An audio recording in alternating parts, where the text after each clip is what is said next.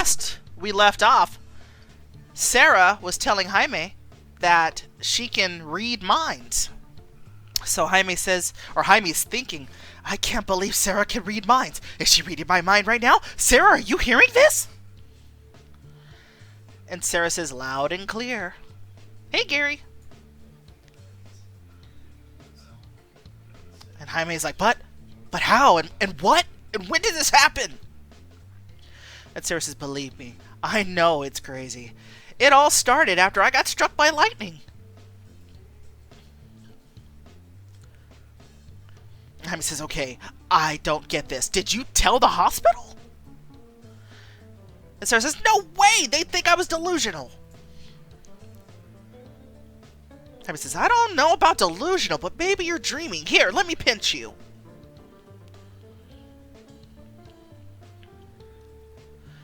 He's no Anna. Sarah says, no, pinch yourself.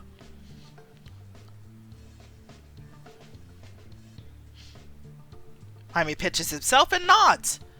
He says, okay, at least I know I'm not dreaming.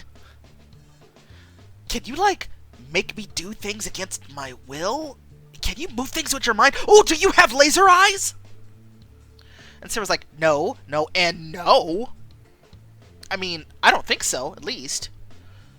And you glare at the nearest lamppost and will it to burst into flames, but nothing happens. And Sarah says, yeah, no, just regular mind reading.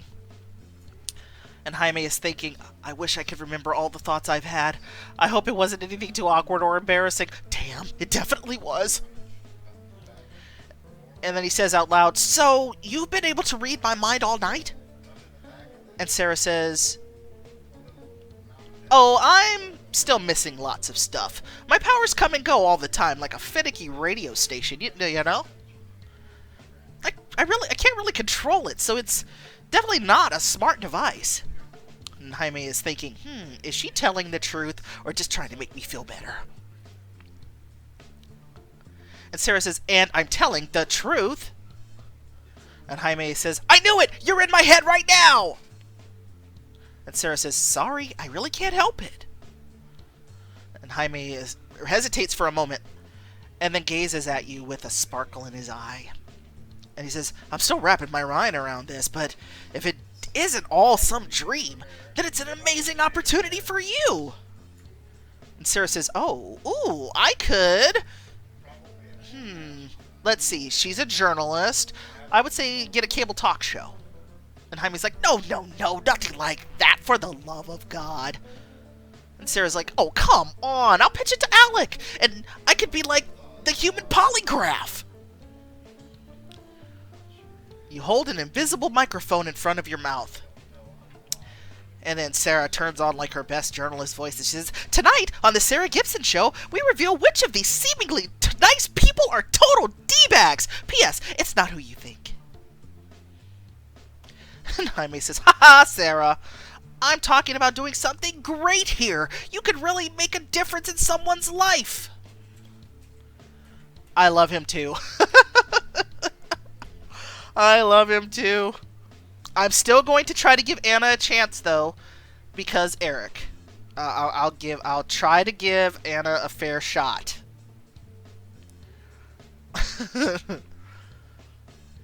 Sarah says, I appreciate that you see me that way, Jaime, and I wish that I could, but doesn't that seem invasive?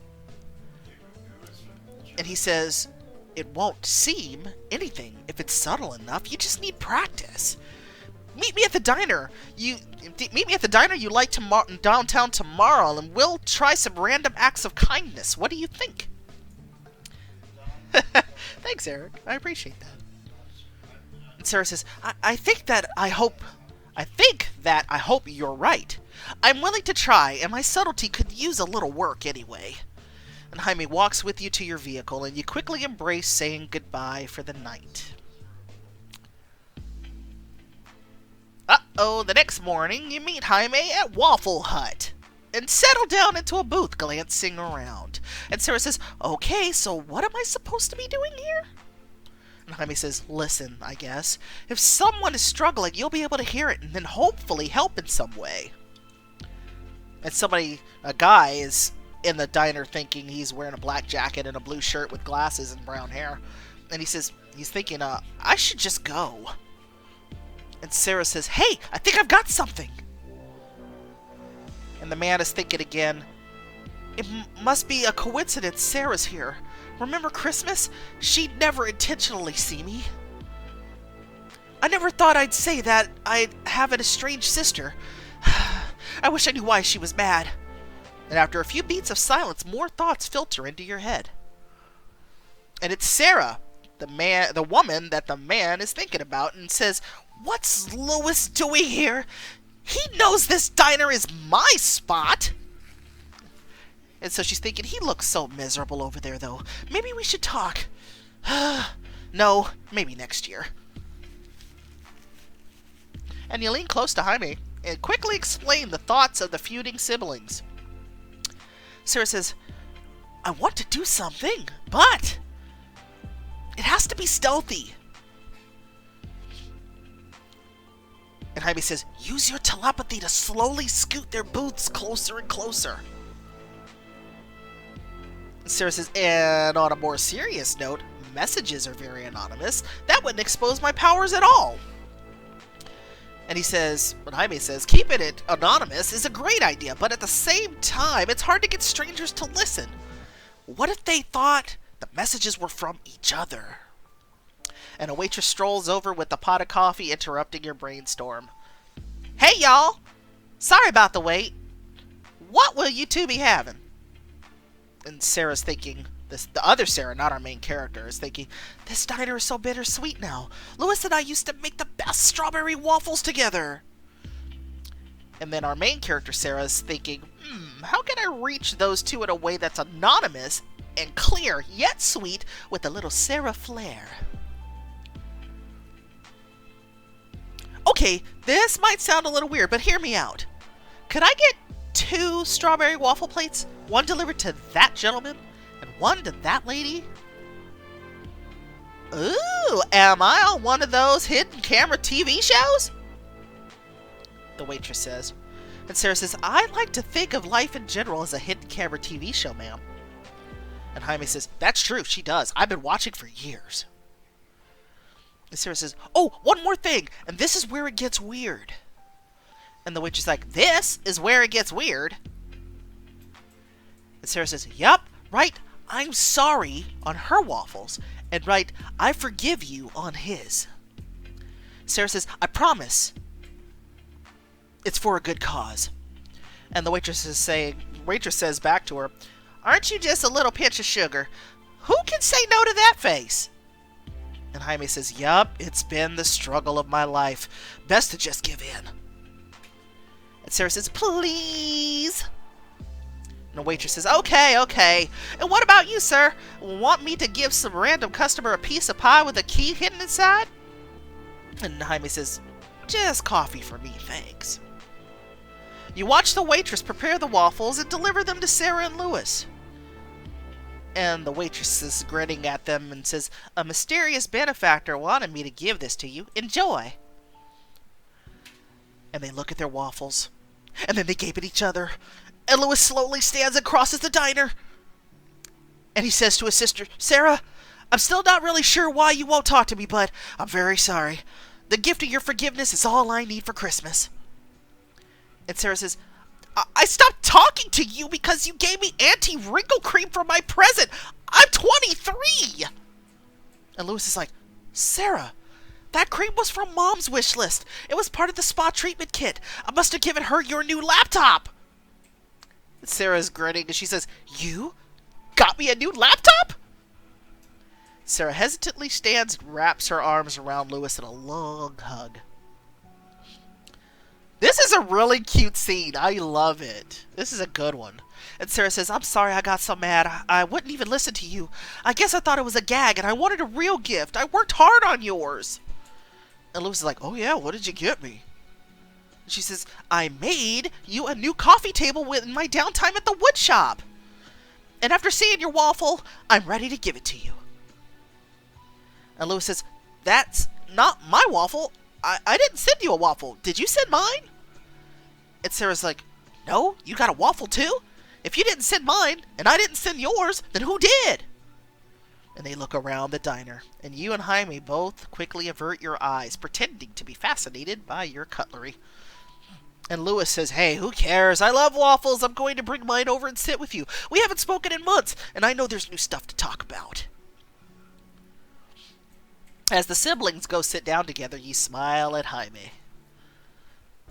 And Sarah says, sometimes all people need is a touch of whimsy. Let's see. Jaime says, if there's anyone who can sprinkle a little fairy dust on some unsuspecting strangers, it's you. Sarah says, what do you mean? I am especially magical. Or am I especially magical? And then Jaime shrugs and brings his coffee mug up to his mouth for a sip. Come on, you know he thinks that you're magical, Sarah. Oh, he said it! There we go, see? He thought it. He's like, I think so. Yeah, there you go. Let's catch up with chat. Chocolate says, this is what the feud was about? Yep. And Eric, Shoe Chick laughed, and Eric says, anti-wrinkle cream is very insulting. That's what I got my wife for our anniversary, and she did not appreciate it. Oops.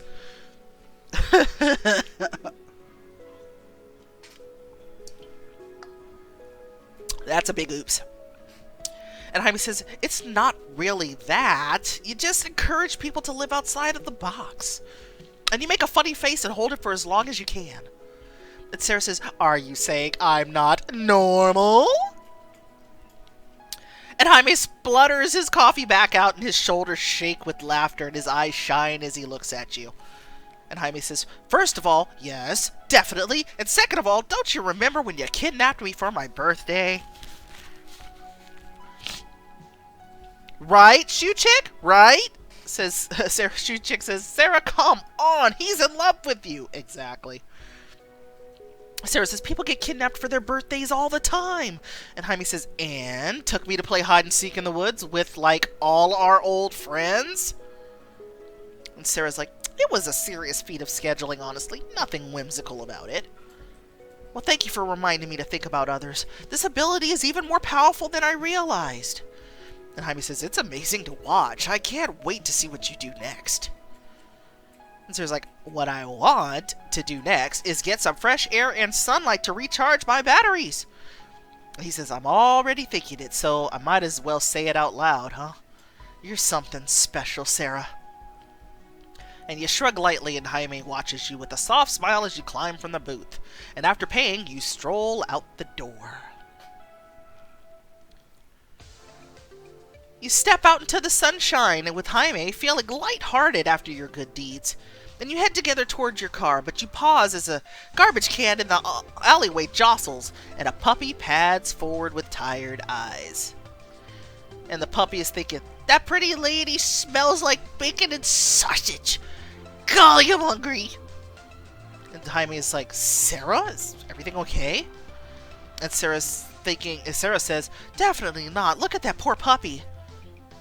And the puppy is thinking, do you have any food? Bow! They look like nice dogs. Will they be my friends? And you look at the little guy. He's like kind of like a tan with white patches and blue eyes. Looks really sad. And Jaime scoops up the little dog who squirms in his arms trying to sniff you. And Sarah says, I heard his thoughts. I think he's been waiting for people he felt he could approach. And I think he's been waiting for a while. And Jaime says, so you just forgot to mention that you can talk to freaking animals? And Sarah says, well, it hadn't come up. And the puppy looks a lot happier and is thinking, friends, can I lick the insides of your noses? And Jaime's like, what a sweetheart. I guess your good deeds for the day weren't quite over yet, huh? And Sarah says, well, what do you mean? And Jaime says, we're going to have to take this furry little good boy down to the shelter, aren't we? We can't just leave him here in the cold.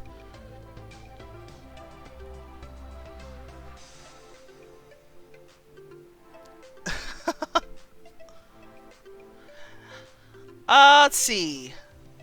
Okay. I'm a cat person, not a dog person. We're not going to keep him. It's a great idea. We're going to take him down to the shelter. And Sarah says, well, there's a shelter not far from here. We could stop on the way home. But this is my last good deed for the day, and then I'm finished. Yeah, the M is not first. Sorry, I didn't keep the pup. I didn't keep him. We got a sassy cat at home. Do you think that she's gonna tolerate a dog? Do you think she's gonna tolerate a dog? No. Jaime actually says, actually, there's something I want to ask you before you wrap up your philanthropy. I've been giving the Northbridge Library some discounted carpentry work this year, but they're still struggling to hold the place together. They're having a fundraiser later this week, and if you could convince your boss to cover it, I bet lots more people would contribute. Sarah says, I could definitely pitch it. What's the event going to be centered around? He says, well, there will be lots of major speakers there, like Charlie Carmichael, for one. And they're displaying their collection of rare books. They've got some stuff dating back over 100 years.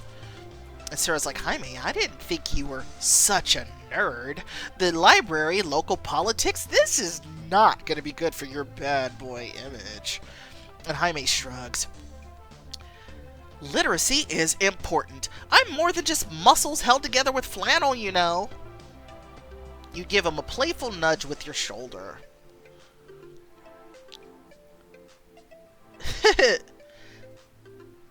For some reason, my brain always reads stuff differently than it's supposed to be, and I can't figure out why. Waffle says, hey, you know, it happens. It's like, for me, it's when I see words that are very, very simple, and I'm sitting there and I'm looking at it, and it's like, you know what? I know it's spelled right, but it just looks weird, you know? Eric's like, oh, he's so cute with the cat. I'm sorry. Nope. No puppy love this time. We got the sassy kitty. That's enough for me.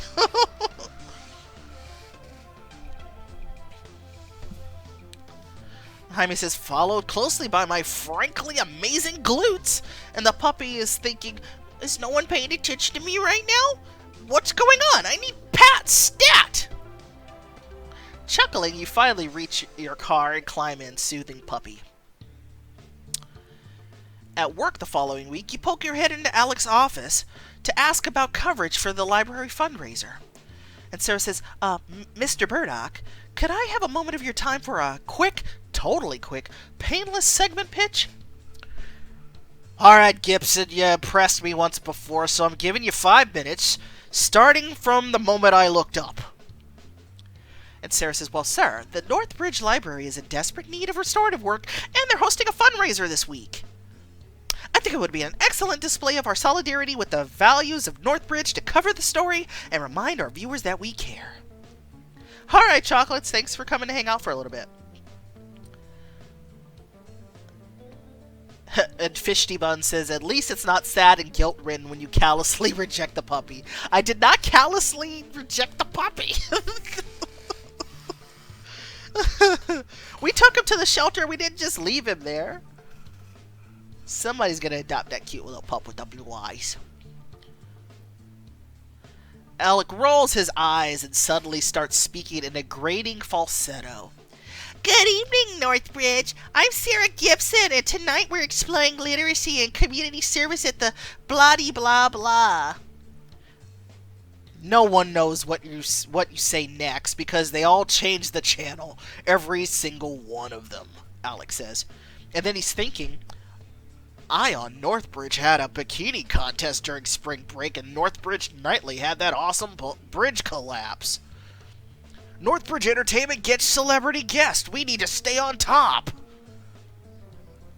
Poor puppy's gonna have abandonment issues. The puppy is at a shelter. He's adorable. Someone is gonna take him. Exactly. That's what I think, Shoe Chick. The way Alec wears the tie makes me so upset, what Dr. Waffle says. And Sarah says, well, the thing about the library is... Let's see... I think it's because it's falling apart.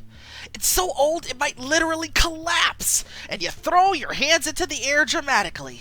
And Sarah says, even holding a fundraiser on the property is dangerous. It's a ticking time bomb, Mr. Burdock. I could die.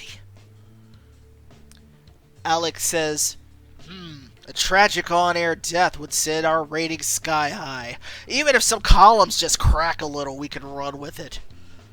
And Sarah's like, I'll see what I can do to make that happen, sir. This bride is such a douche. Yes, he is. Alex stands from his desk and straightens his tie, crossing the room to show you out of the office. And Sarah says, and did I mention that Charlie Carmichael will be there to speak? And Alex says, you can stop campaigning, Lois Lame. The segment is already yours because it's a slow news week and for the sake of my blood pressure. Now get out of my office. And Sarah's like, thank you, sir. You won't regret it. This is going to be the juiciest, most exciting library fun. And you blink as Alec slowly closes the door in your face. And then sigh and turn. You're daydreaming about your next big segment when you crowd accidentally up against Aubrey's chest. And Sarah says, oh, hello there. Hey, didn't you hear me calling your name? And Sarah says, my head was in the clouds. Did you want to talk to me? And Aubrey says, yeah, I finished my screenplay and I'd really love for you to take a look at it if you have the time. And Sarah says, you finished it? Congratulations, that's so freaking intimidating. And Sarah says, well, hand it over. I can't believe you'd want my opinion.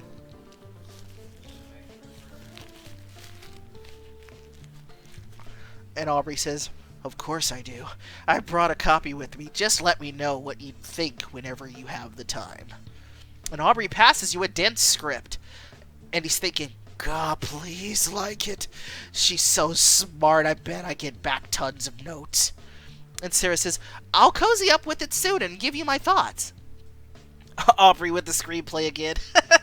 Dr. Waffle says, oh my god, I forgot Aubrey was in this. Sorry, Eric. I feel offended you said my name in error instead of Alec. I'm sorry. It was 4 letters. Sorry.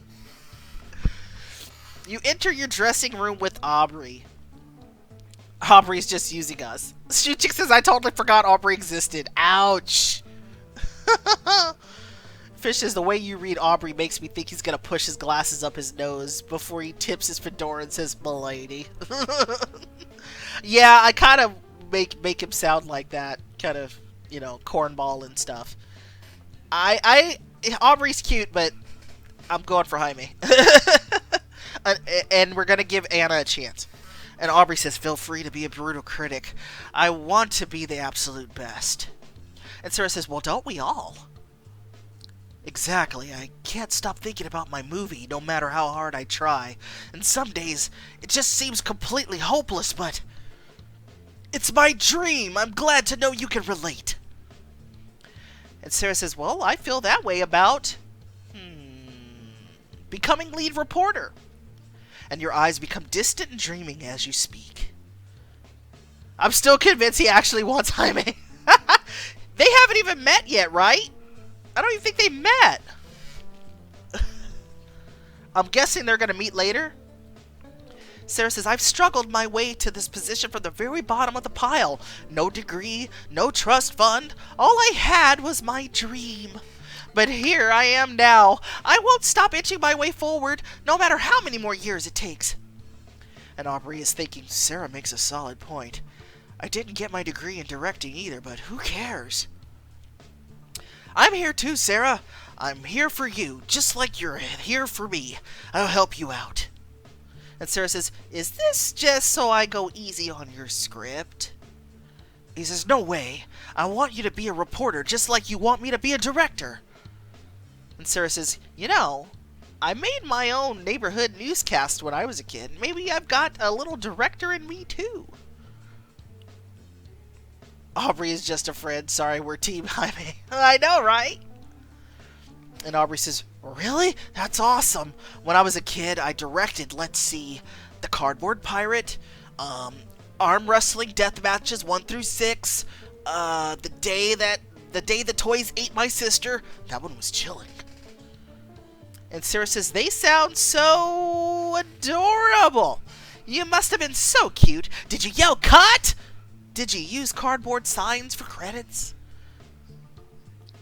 And Aubrey says, I was in grade school and most of my props were toys, but the passion was unparalleled by any grown-up director. I think you'll find. And Sarah says, well, maybe we should head back to Alec's office and let him know about this. We could catch an exclusive interview. And Aubrey's like, I think my shot at fame with those movies is long gone. Those are just for friends and family now. And Aubrey says, but if you're really interested, do you want to come over to my place tonight and watch them with me? Sarah's like, seriously? You aren't terribly embarrassed by them? And Aubrey is thinking, oh yeah, I am, but for you, I'll manage, he says out loud. Tutorial. Visit Aubrey's home to improve your relationship, learn more about his life, and share a romantic moment. No. Tonight doesn't work for me. I'm sorry, Aubrey. I'd love to see you more outside of work, but Alec gave me the green light on that library story, and I want to make sure I do it justice. I'm going to do more research on the library tonight and see if I can even schedule some quick interviews before the event. And Aubrey says, I have to admire that work ethic, Sarah. Not many people can work, even me, under the table. I'll let you get back to it.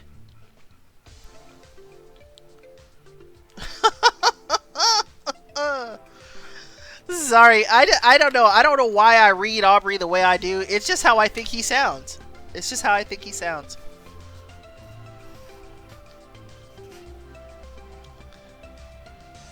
I wonder if anyone actually romanced Aubrey. You know what? So far, no one in chat has owned up to it. No one has owned up to it yet, so...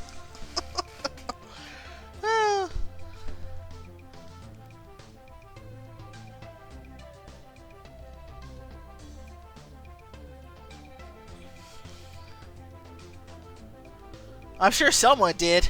There is always someone who wants to be different. That's me, but that's not me today. Normally that would be me. That would be me 100%, but not this time.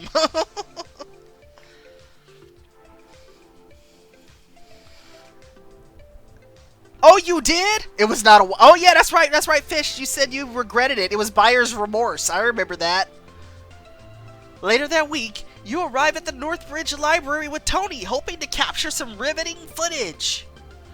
And Sarah says, okay, Tony, let's establish the setting, and I'll give you an opener before the... And Jaime waves to you and hurries over from the library podium. And Jaime's like, Sarah, you're just the person I was praying would walk through the door. The fundraiser starts in half an hour, and the rarest folio is missing. It was the centerpiece of the whole event. And Sarah's like, well, on the bright side, we still have 30 minutes to figure it out. Do you guys have any leads? And Jaime's like, everyone's been looking around, but its case was just open. What if it was stolen? And Sarah's like, was the case locked? And Jaime says, yeah, and the key is only accessible to library employees, but they're all such good people. And Sarah says, Tilly was a good person too. Stuff happens. So who works here? Point me in their direction.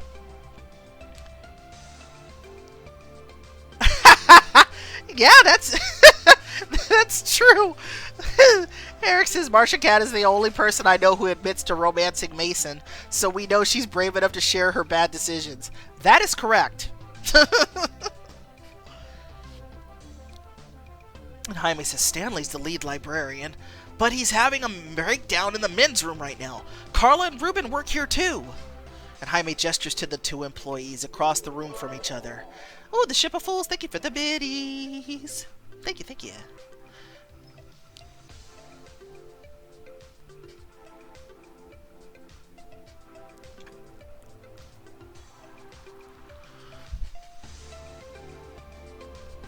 And Jaime says, I hope you can get something out of them.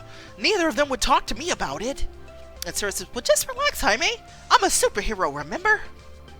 Well, I'm kidding, of course, but I do have the powers of observation on my side. And Jaime's like, right. And Tony says, what's with those smirky looks, you two? And Sarah says, we'll tell you when you're older. And Sarah says, for now, let's find some books. Jaime says, thanks so much, you guys. As Tony follows you with the rolling camera, Jaime takes you to Carla, and you subtly listen for any stray thoughts while Carla toys worriedly with her hair. Carla's thinking, this is all Ruben's fault, isn't it? Oh, I can't be sure. And Sarah says, good evening, ma'am. I'm a reporter for Northbridge News trying to get to the bottom of this book's disappearance. Your finesse as a reporter has made you recognizable. It's star power. And Carla says, oh, you're Sarah Gibson. I saw your investigation of that exotic animal ring. You're really good at your job. And she's thinking, damn, she's going to find out that I took the folio from its case and it'll be citywide news. And Sarah says, I've heard that the library's prized folio has been stolen. Can I talk with you for a moment about it? And Carla says, sure, but stolen is a strong word for it, I think. And Sarah says, oh, that's a good point. I meant to say mysteriously vanished, if that makes it any easier to hear. And Jaime says, Sarah here is great at her job, Carla. She just wants to help us get that book back before the fundraiser starts. And Carla's thinking, I wonder if my fingerprints are still on the folio case. Oh, do forensics get involved in book abductions? And Sarah says, yep. And I'm not here to cause any problems. I'm just trying to figure out the facts, or trying to get the facts. And Carla's thinking, is Ruben going to just watch me be grilled and not step in? He had it last. I thought he was my friend. Doesn't he care that I could lose my job? And Sarah says, now we want to be subtle about this. We don't want to just point blank say, hey, did you take it? Like, no. Like, do you have access to the folio case? And Carla says, why would you ask me that? You don't have any clues yet, do you? And Sarah says, I just noticed the nervous way you're playing with your hair. Carla says, I might as well confess that Stanley put me in charge of cleaning the case. I'm probably his prime suspect. And Carla glances around the library dolefully, noting Tony's rolling camera before looking back to you. And she's thinking, damn, I'm completely caught. She's just as good in real life as she looks on television. And then she says out loud, I might have taken the folio out of its case to look at it, only because I thought it was funny.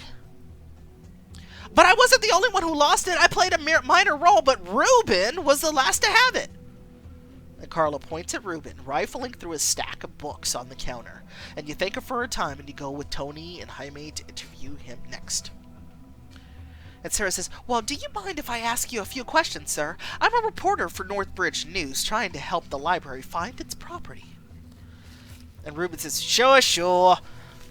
I've got nothing to hide. I didn't lose anything. And Sarah says, I haven't actually asked you any questions yet. And Jaime's thinking, Sarah's like another woman when she's reporting. Wow! And Sarah says, I've been told that you were the last to have the folio in sight. Where was it last? Rubens is like, I don't know. And he's thinking, I can't believe Carla sold me out. I'd never do that to her. Well, only Stanley knows I accidentally mixed up books at the checkout earlier. And that was what he was thinking. And Sarah says, I think, let's see, we should go and ask Stanley. All that matters is finding it, and Carla could lose her job.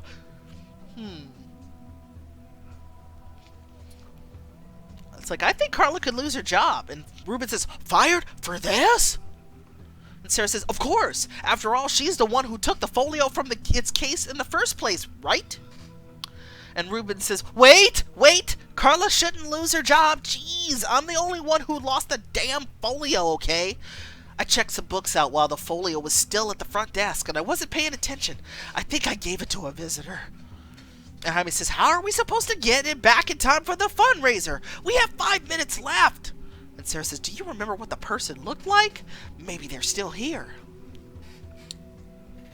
And you go with Ruben to scan through the library visitors. Though the place is busy with the fundraiser soon to begin, Ruben suddenly points.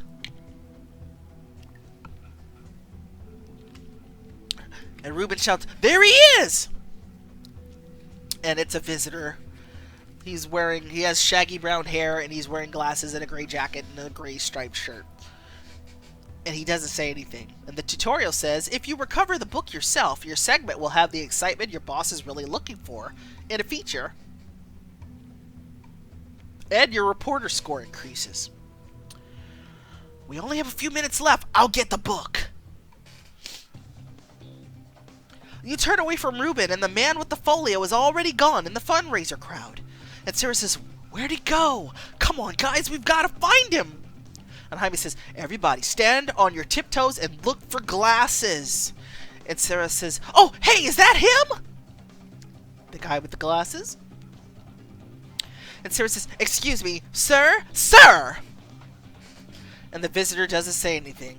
And Jaime says, yo, homie! And you glance back at Jaime. And Jaime says, what? It was worth a shot.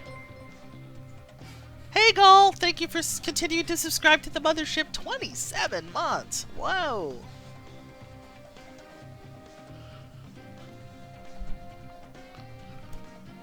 The man continues toward the exit, not seeming to hear either of you.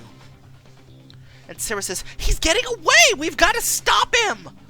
And you take off in a full sprint, but there are tables in your way and several guests milling. Carla comes into view pushing a cart full of books. And Carla says, oh, come on now! No running in the library! And Sarah's like, oh no! And she jumps off the table. And you gallop onto the top of the table, running over several open books as you go.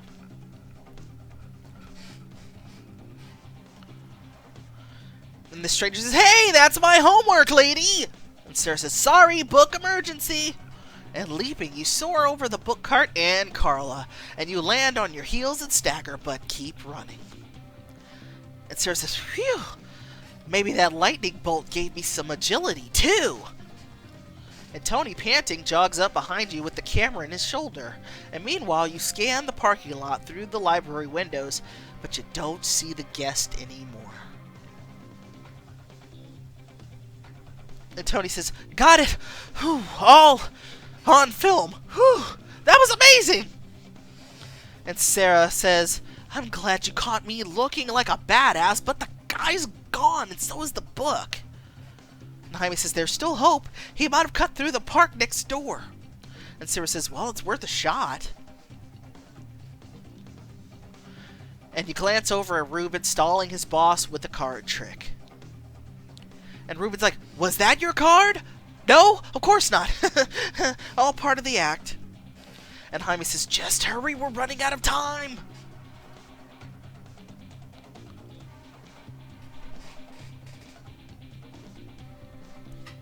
And you run through the park with Jaime and Tony, spotting the man getting out his keys at the end of the walk. And it's the shaggy-haired visitor with you, and Sarah says, I see him, he's leaving!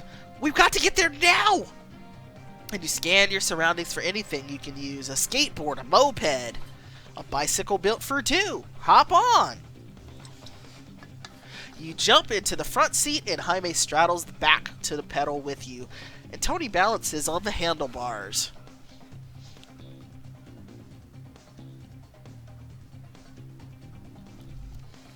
And Tony is thinking, says, I'm not going to miss this. And Jaime says, right? I thought today was going to be mostly boring fundraiser stuff. And Sarah says, you never know what's going to happen next when you ride with me, boys. And you pedal after the man struggling to see. And Tony adjusts his camera on his shoulder. And Sarah says, Tony, I can't see! And the tires rattle over the cobblestones and strike something, veering suddenly and crashing at the end of the walk. Dusting yourself off, you climb gingerly back to your feet. And Tony's like, the camera's still rolling, I'm glitching though. And Sarah's like, phew, okay, there's been a mix-up. It seems that you may have accidentally taken a rare book from the library.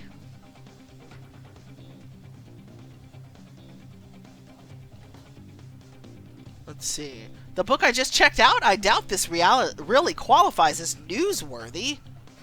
And Sarah says, I'll be the judge of that.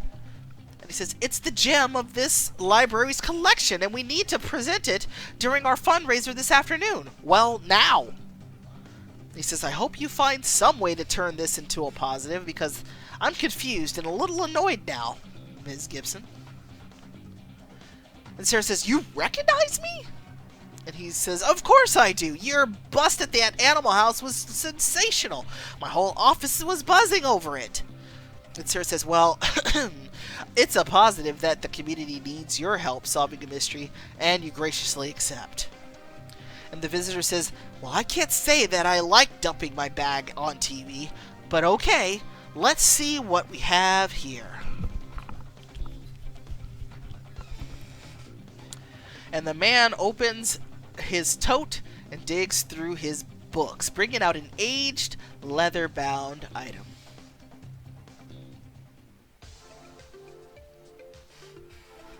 And the visitor says, "Well, how did you get that?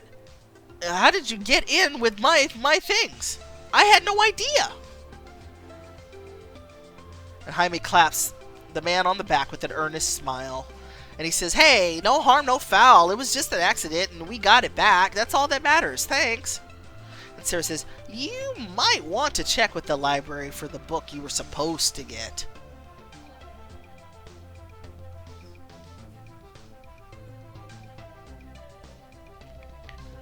Let's see. And you turn toward Tony, presenting the folio as you speak, and you open it without looking down, gesturing to the worn pages within. And Sarah says, "This is the lost artifact which turned this fundraiser inside out. Ladies and gentlemen, I'm Sarah Gibson." And Tony says, Sarah?" And as color rises rapidly in Tony's cheeks, he nods toward the folio and you glance down at it. And Sarah says, "These are naughty pictures!" And Jaime says, "Well, they're naughty Victorian cartoons, which makes them antique fine art, actually."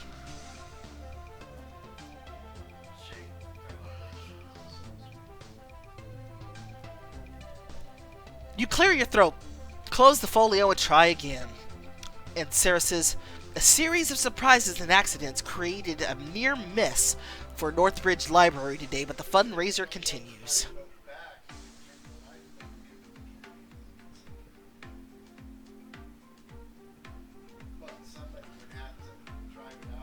You never took this scene before? Oh, good. I'm glad you got to see something new. And actually, I'm going to take just a quick break here, and then we will continue with the scene. Give me a moment.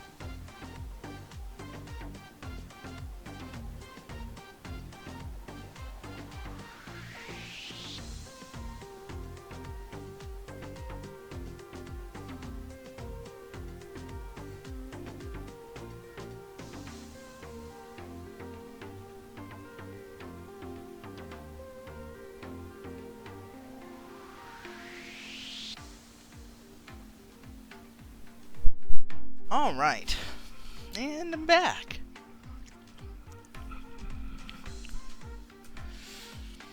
And you look on proudly as Mr. Carmichael ascends the podium for his own speech, and he pans his hand grandly across the library.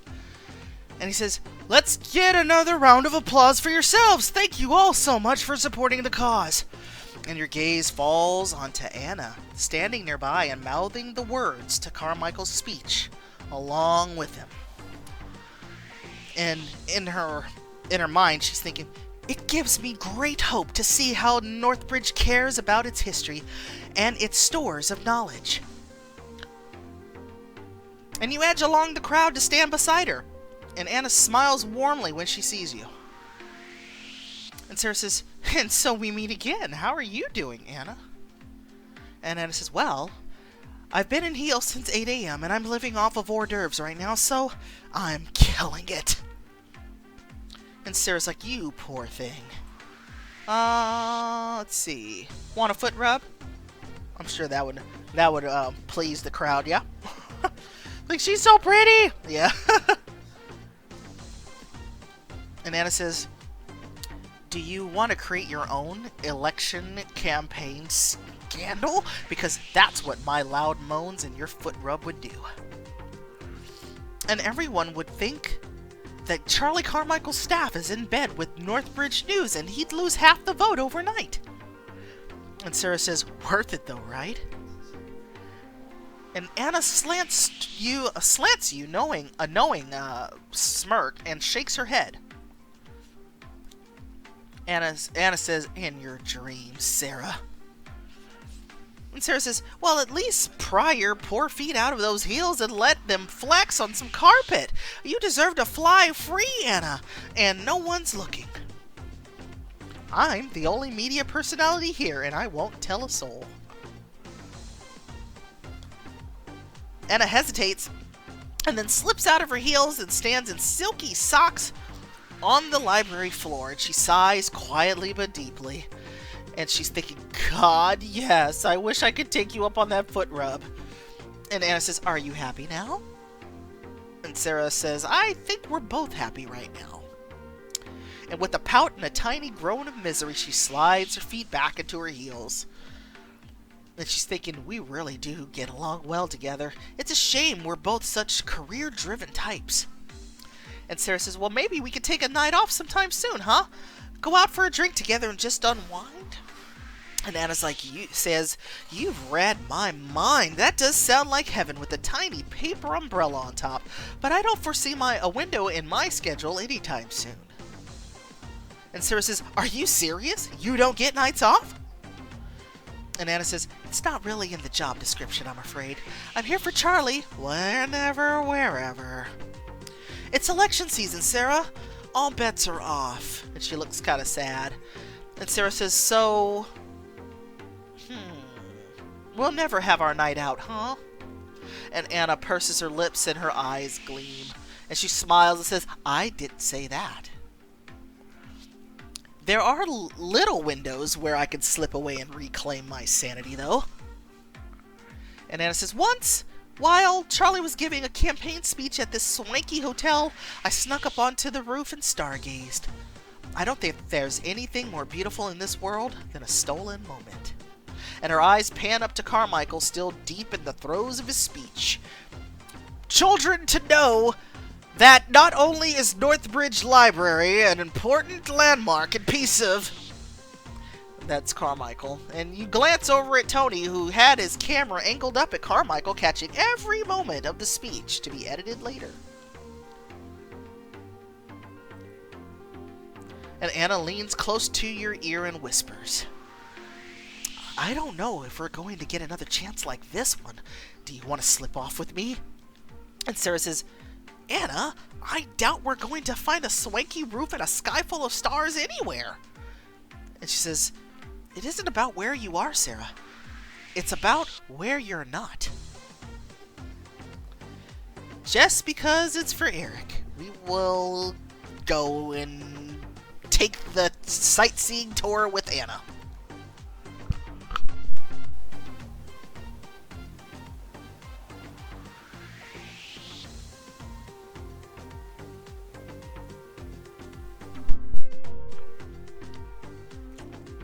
And with a grin and a giggle, she slides her hand into yours and pulls you through the crowd, and you keep your heads low as you disappear together. You're welcome. You and Anna wind through the many empty rooms of the library, eventually spilling into a dusty and forgotten archive labeled Banned. And Anna says, that sign might as well say only Anna and Sarah beyond this point. There's nothing more tantalizing than forbidden knowledge.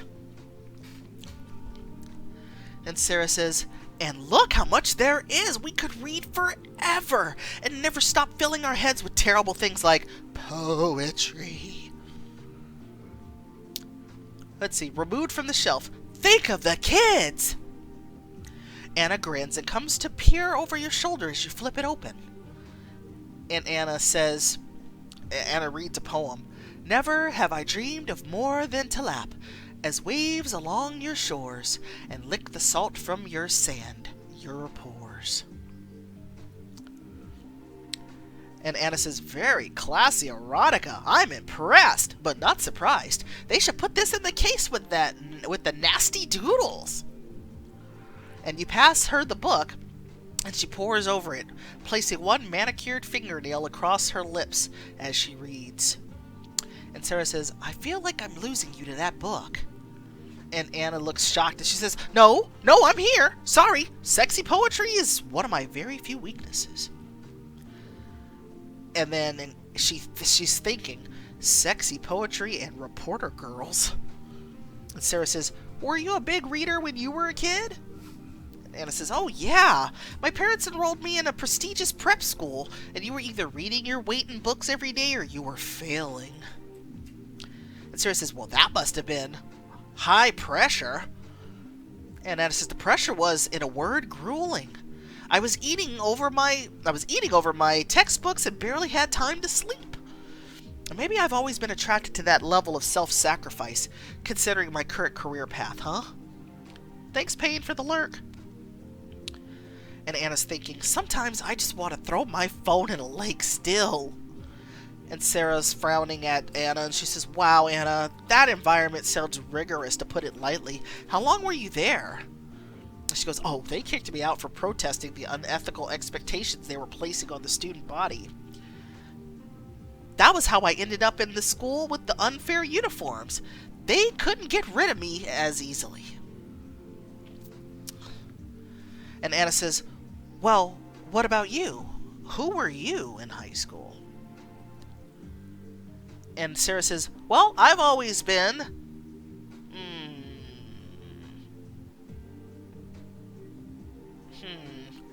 I think Sarah would be uninterested in labels. And she said, sometimes you couldn't tear me away from my textbooks, and other times it was hardcore reality TV binges. Life is full of surprises, though. I did excel in college until a family emergency pulled me away. And Anna gives you a significant look and nods. And she's thinking, we're more and more alike with every word out of our mouths. A woman, and she says out loud, a woman who will sacrifice for those she loves is someone to treasure and keep close. I'm glad to have met you, Sarah. And you feel blood rush in your cheeks and smile bashfully. And Anna says, anyway, you're in good company. I didn't even enroll, and yet here we are, two queens. Stretching deeply, and then settling onto the floor with crossed ankles, Anna sighs. And she flips another page in the poetry book, and a tendril escapes her ponytail. And Sarah says, Anna, read me a poem. And Anna props her chin against her palm, considering you more closely. And Anna says, well, sure, why don't you come sit with me? And you do as she asks. And Anna cracks open the book, clearing her throat. And she reads this poem. Lace your fingers through with mine as I run to catch the train, and the train will take us home again. And Sarah's thinking, she's even more beautiful when she's focused on reading. And Anna continues to read the poem. Breathless now, I hold you close, and the city we escaped fades to prose. In your eyes I'm carried away. You are my home and my trade. And Sarah says, "Wow, Anna, that was beautiful! Beautifully written. Beautifully written." And Anna's eyes flick up and meet yours, and for a moment, you stare back and forth inches from each other. And a sudden smattering of applause sounds in the distance, and you hurry to stand and return the poetry book to the shelf. Sarah says, "Tony's going to be looking for me to wrap up the segment. Oh, shoot, Anna, you diva of distraction."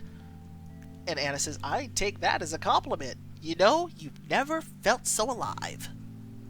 And you bolt for the door together, racing back to the main event. I like that scene. That was a good scene. I liked it.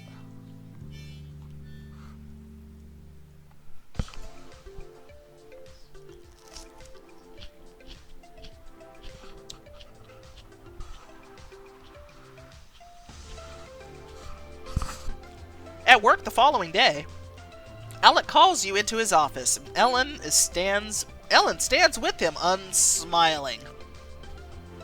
Let's see. Alex says, "There's my girl. You managed to actually wring some excitement out of Charity." I hear the word charity and I have to stifle a yawn, but after watching you run a decathlon through that library, complete with bicycle crash and thief reveal, I'm bumping your story to feature again, Sarah. And Sarah says, "Oh, wow, thank you, Mr. Burdock." And Ellen is like looking shocked, and she says, "But what about my segment on sick livestock in Oak Hills? I worked really hard on that." And Alex says, "Oh, yes. How could I possibly forget your footage of those sad cows? It was the beginning of the best nap I've ever had."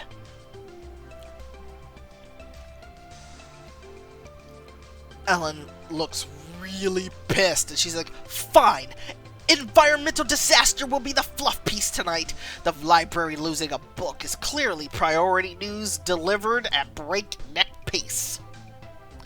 And Sarah looks really pissed back, and she's like, "I deliver with heart and not brutality. People respond to that."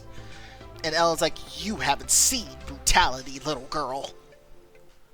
And Alec is like, "Whoa, oh my god, of course, it's also clear to me now, why didn't I see it earlier?" And Sarah's like, "How desperately Ellen needs a behavioral write-up?" And Alec's like, No, I'm gonna have Governor to be Charlie Carmichael on this show, and you're going to interview him together." And Sarah's like, "Together?" And that's the end of chapter 4. Shoe Chick is like, "Get her, Sarah!" Alright, so what did we all think of the scene with Anna? I liked it. I thought that was a great scene.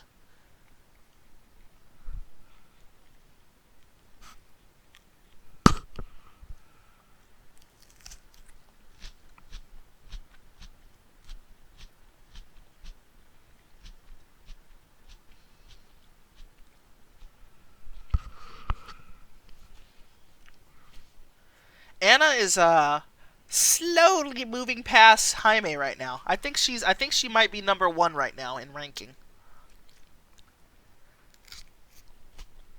I admit that's the smartest decision Alec has made. Yeah. I think it was definitely cute. Yeah, it was a good scene. You know, and it wasn't like a, you know how sometimes you'll see scenes like that and it's like a really forced moment, like you have the forced romance. And on this one, or the one with Anna and Sarah there, it didn't feel forced. It wasn't forced at all. It's like that with Jaime. It's very, you know, the main character is very easy and very, like, you know, compatible with Jaime, and I think she's also very compatible with Anna. I'm not seeing it with Aubrey though, and definitely not Ellen. She's kind of a witch, which I'm sure, you know, I know we'll see more of Ellen. Maybe she'll get a little bit softer as we move on into the book, maybe further into the book, because she is one of the romantic options, I believe. But I don't know. I kind of feel like with Aubrey, it's just maybe because I didn't take like the flirt options with Aubrey. Maybe that's why I'm not seeing him as a love interest.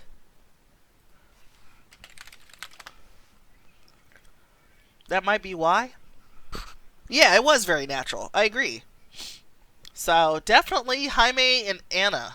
They're kind of neck and neck there.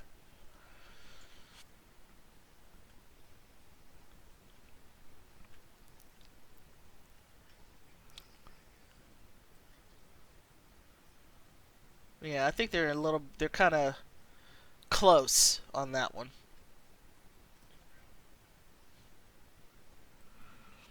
Like with Maxwell, the romantic came out of nowhere. You know?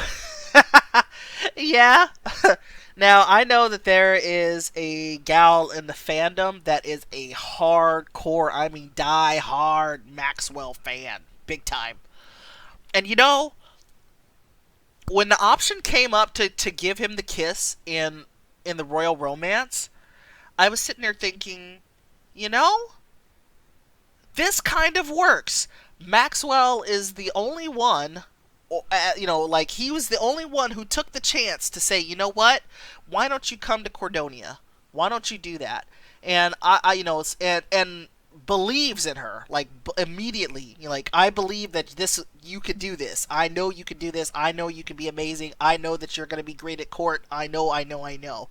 And he's very confident about the MC in the royal romance, enough so that when she said, you were the one who brought me here, you were the one who believed in me, and, you're fun to be around. So why not?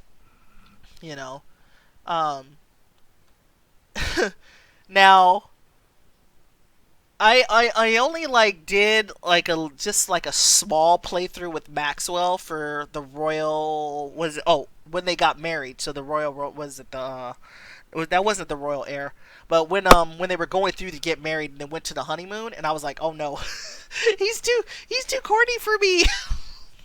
I love Maxwell. I love that character. Maxwell is hysterical. I love him, but I can't. I just could not see romancing him. It was just like, oh no, this is too much. I can't do it. I can't do it.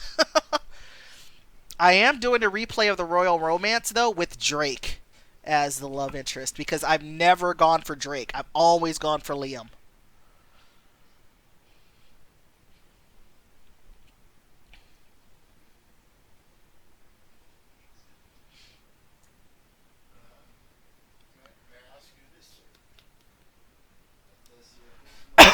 Excuse me.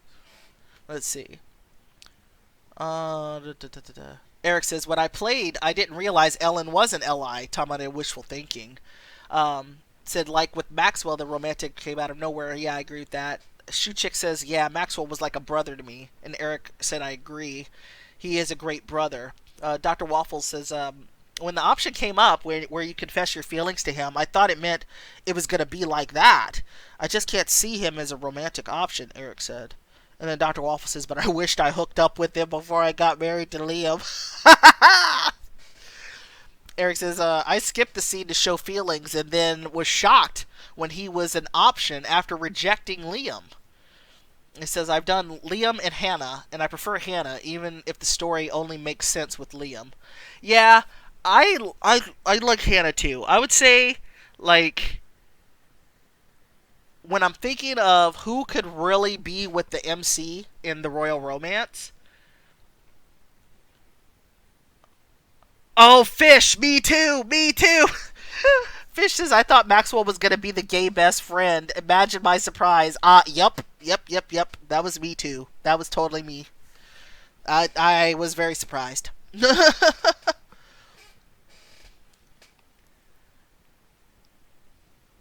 I was very surprised. So, but yeah, it's like, but for me, I really like. Of course, I love Liam. It's like, come on, that was the whole reason I started playing this book was for him. Um, and I also liked Hannah. Hannah's like romance option was kind of like a very natural progression. Yeah, watching the piano scene. Wow, that was so good. That was a because you get to see Hannah in all of like her talents. You get to appreciate her as a person. You get to encourage her a lot. So it makes it easy for you to fall in love with Hannah. It really does.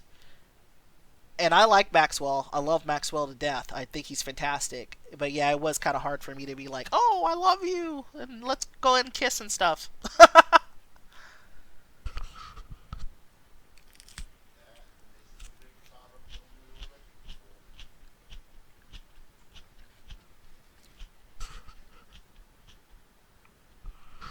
You know, or when Hannah makes the dress for the MC, makes the outfit.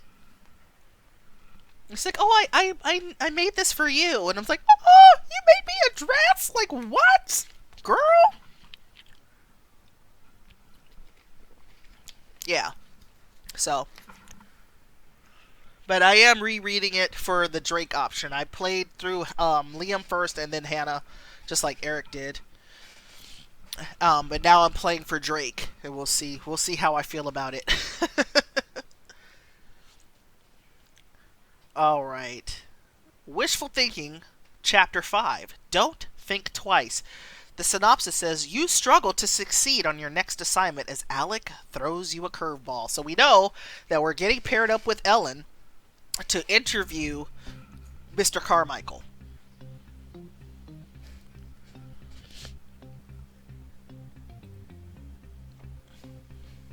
I love this piece of music. I love all the music for the Choices games. Period. All the stories. The music is just amazing. It's one of the best parts of the game, next to the writing.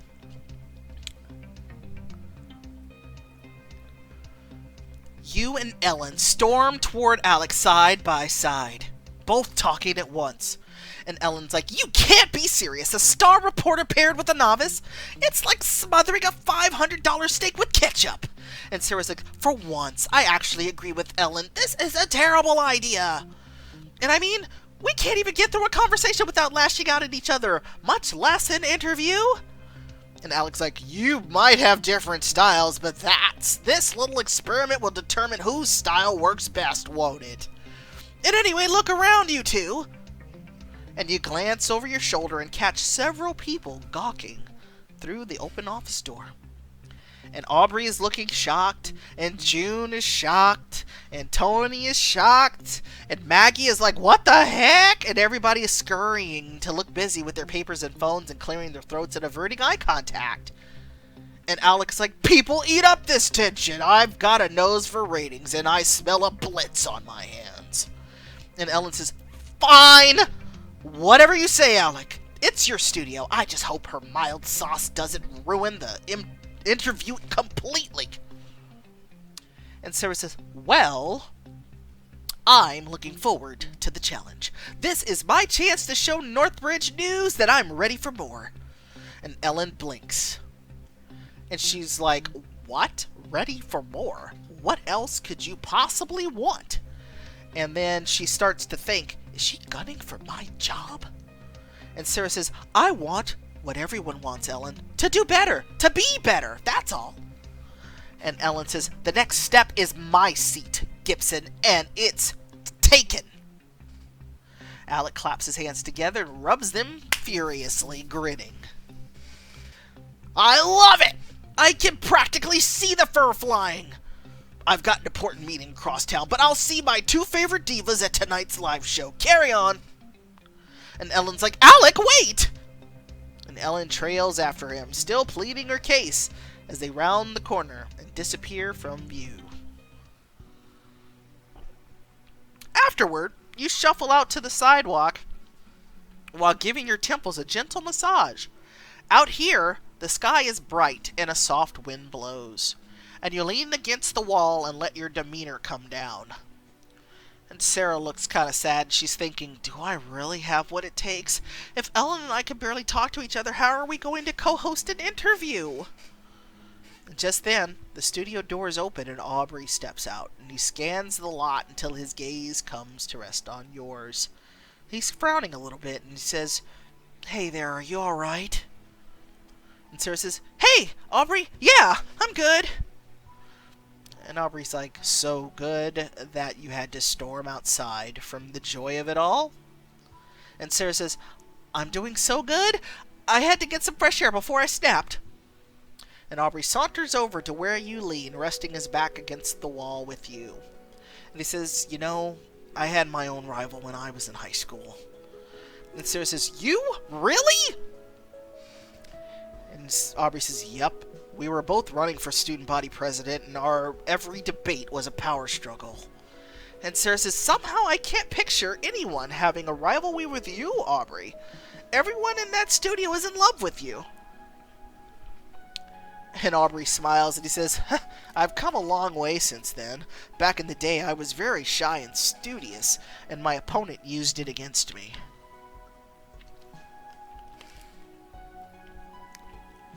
And Sarah says, really? You used to be shy?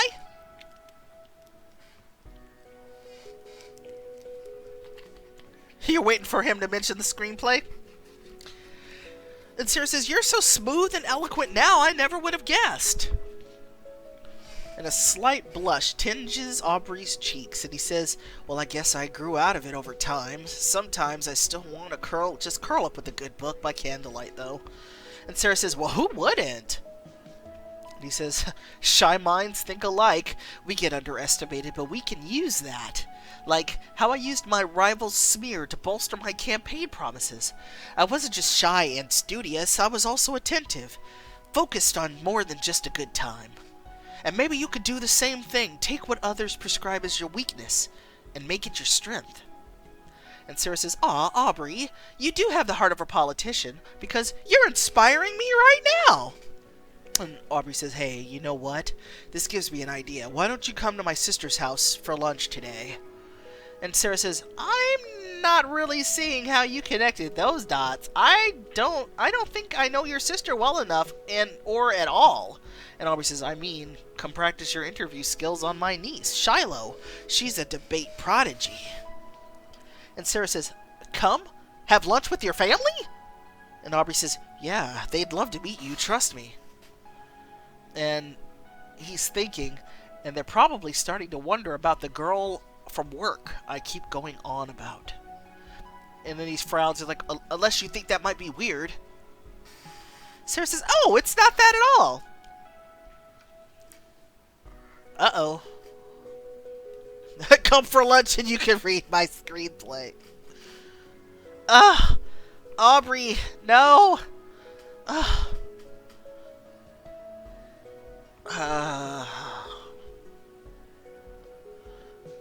I could use the reporter point. Oh boy.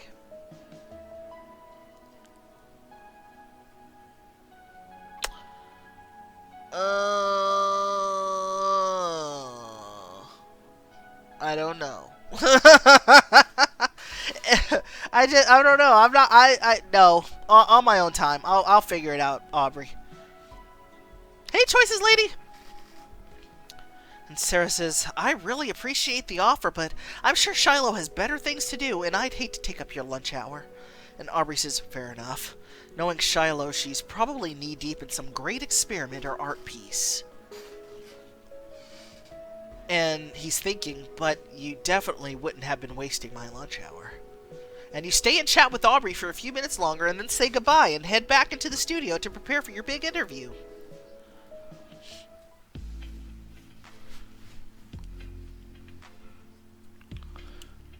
Hours later, the studio moves in a flurry as tonight's guest enters the building, and Maggie dusts your cheeks and lips with makeup while you sit at the correspondence desk with Ellen. And Maggie says, well, how are you feeling? You look a little wild-eyed. And you touch your hair self-consciously and force a deep breath. And Sarah says, I guess we'll see, won't we? How about you, Ellen?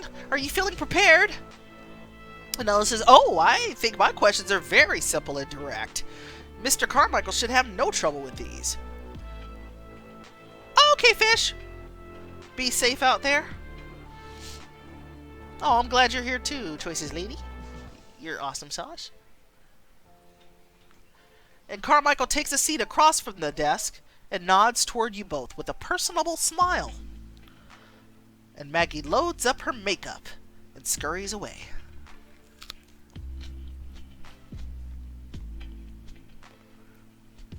And Carmichael says, boy, the traffic was an absolute bear getting here. Are we ready to do this, ladies? And Tony says, okay, guys, we're live in 3, 2... And Tony holds up one finger to finish his countdown, and then points at you. And Ellen launches flawlessly into the introduction for tonight's show. I'm Ellen Thompson, coming to you live at 8 for Northbridge News. Tonight, I'll be joined by a fresh face at the studio, Sarah Gibson, for a special segment. And Sarah smiles at the camera and says, good evening, Westbridge. We're delighted to host the illustrious gubernatorial candidate, Charlie Carmichael. And he says, thank you. It was my pleasure. As someone who cares a great deal about Northbridge and its constituents, I'm a big fan of this show. And Ella says, for those of you who aren't yet acquainted with Charlie Carmichael, he's making waves as a newbie in the race for governor this year. Mr. Carmichael has made a connection with the grassroots community as a self-made businessman who comes from a middle-class family. And though he has no experience in public office, his business, Carmichael Investments, is very successful. And Carmichael says, thank you, Ellen? I think, is what he's thinking.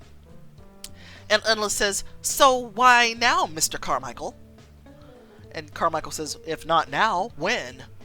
And Ellen says, your opponent, Merriweather, seems to think the move for governor is related to recent financial gains in your favor. Will you be obliging her demands that you disclose your nonprofit contributions publicly? Yeah, she has worked there for a little bit. She's new on the interview circuit, though. So maybe that's what she's talking about?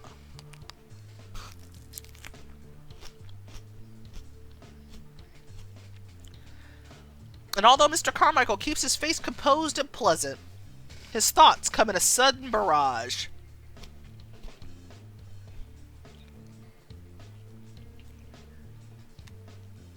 Okay, he's thinking, oh no, she's a Merriweather supporter. This interview is going to make me look terrible right before the election. If I'd known it was a witch hunt, I wouldn't have come. This was supposed to be a talk show, not an interrogation. And then he says out loud, the privacy of my nonprofit spending is protected by law. This is a poor and obvious tactic on Merriweather's part. Honestly, if I did oblige her, I would only make her look worse. Carmichael winks at Ellen, who fumes. In his mind, he's thinking, I bet she isn't even going to mention any of the positives in my campaign. What about the medical cost-sharing program I started at Carmichael Investments? What about my plan to fund hospitals? And Sarah says, Mr. Carmichael, let's see. Why don't you tell us about your plans for your first year? And then Ellen's thinking, what the hell is she doing? And Carmichael's thinking, thank God at least one of them has a sense of tone. And Carmichael says, I'm so glad you asked, as I've been fantasizing about that myself. Our polls indicate that my popularity is very high.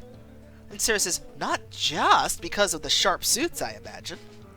And he says, well, that's right. Voters know my administration will cut from fatty programs and divert the surplus in a meaningful way. And Sarah says, interesting. Do you feel that Merriweather's office will fail to do so? And Carmichael says, no offense intended to Ms. Merriweather, but her experience is in the Park and Recs department. She's never dealt with budgets of this magnitude, but I have. And Ellen looks really ticked, and she's like, well, both Mrs. Merriweather and I are very interested in learning more about how you're anticipating such a high budget surplus. And he says, if elected governor, I'll actually inherit a great budget surplus, and some of that will go to local hospitals. And Sarah says, that's very socially minded of you. It sounds like you won't be cutting any bonus checks to future cabinet members. Carmichael says, not at all. It's not easy to swing a budget surplus, and reinvesting into the community ensures a valuable return. And Sarah says, that's so amazing! I can see why your supporters are excited to vote for you when the time comes. And Carmichael says, election day can't come soon enough, in my opinion. And Ellen is thinking, I knew she was going to suck all the juice out of this interview by patting him on the back and softballing every question. Now I've lost my shot to keep going for an answer about his tax returns and the contributions. And Carmichael's thinking, I'd rather answer Sarah's questions any day. And Sarah's thinking, now's my chance to go in for the kill and show everyone here that I can ask the big questions and get them answered. And Sarah says, and how do you respond to the...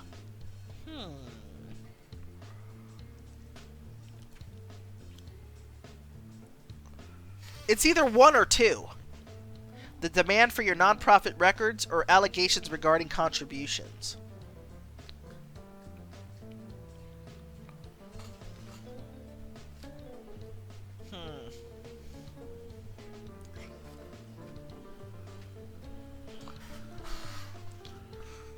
I'm going to go with the nonprofit records.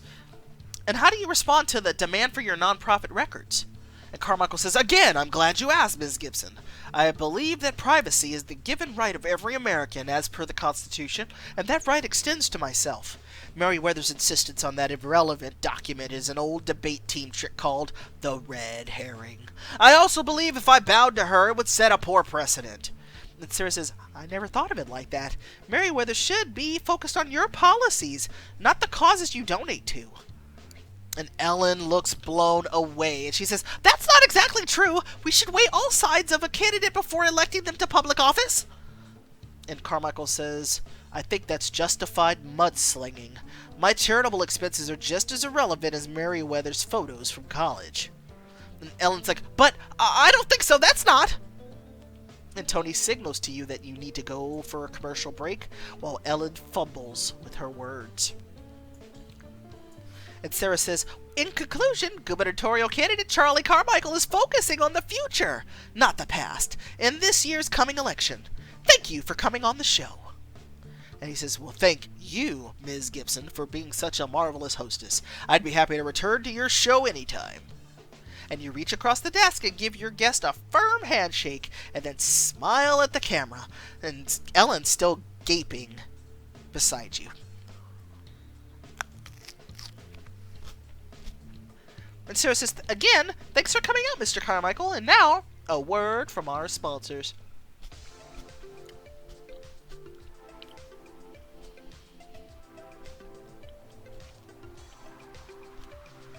As you go to leave the set, someone taps you on the shoulder and you turn to find Mr. Carmichael.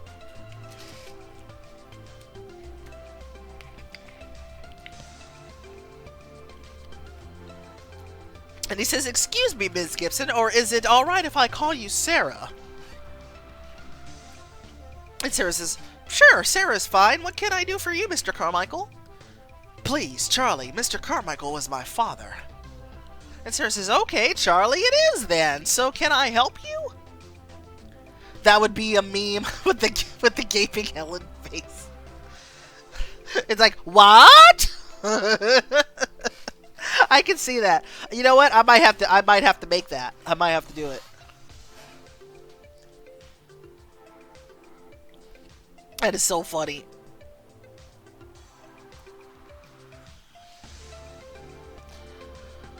And Charlie says, oh, Sarah, you already have. I've been making the rounds on a lot of news shows this past year, but I must say, none of those reporters had the finesse or the insight that you do. I'm blown away. And he's thinking, why hasn't Alec replaced Ellen with this one already? Sarah's going places. And Sarah says, well, that's very flattering. I want my subjects to feel comfortable. And Charlie says, just comfortable? You're selling yourself short, Sarah. You got to the heart of my platform and let me really express my intentions to the public. What more could a politician ask for? And Sarah says, it's my job, Mr. Charlie. He says, then let me just say that you are very good at your job. And then he's thinking, I need to get Anna to book me on here again, and hopefully with Sarah. And Sarah says, I really appreciate your kind words, and I hope we can work together again soon. And Charlie places a hand on your shoulder and flashes you a grin with the most perfect teeth you've ever seen. He says, Sarah, it's like you read my mind. And he reaches into his blazer and produces a business card. And he says, listen, I wanted to grab you before I leave. I'm having a campaign party this Saturday, and I'd be thrilled if you'd attend. I just saw that, Eric. And Sarah's like, me? But I mean, if Alec isn't sending me to cover it, I don't know if... And Charlie says, not to worry, it'll be off the books. I want to get to know Sarah the person, not Sarah the reporter. And that being said, I'd love it if we could develop our professional relationship more. So think of this as an opportunity. And Sarah says, are you sure that wouldn't be, a breach of my unbiased position as a reporter? And Charlie says, Sarah, it's the exact opposite.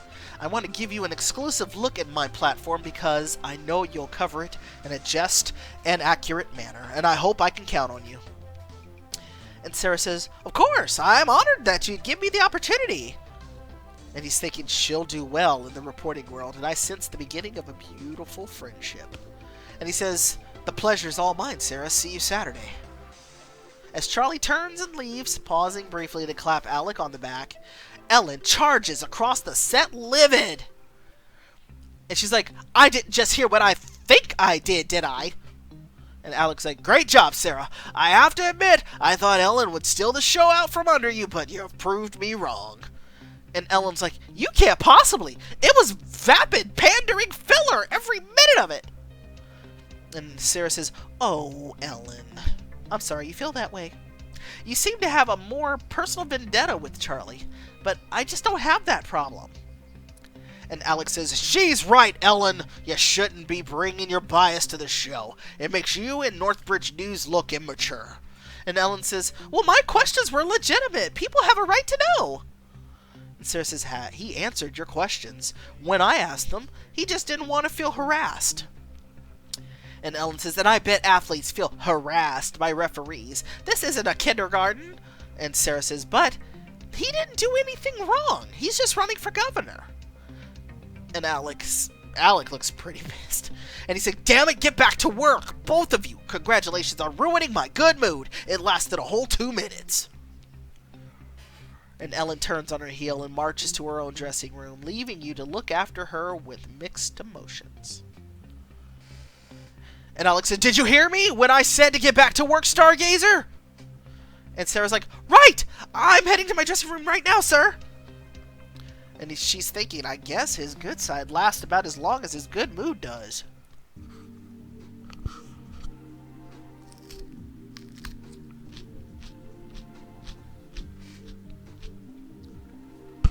Oops. So Jude comes up to you and she's a little breathless. And she says, heading to makeup? I'll come with. I've been at my desk all day and my legs could use the exercise. Oh, and she says she's thinking in her mind, and my eyes could use the candy.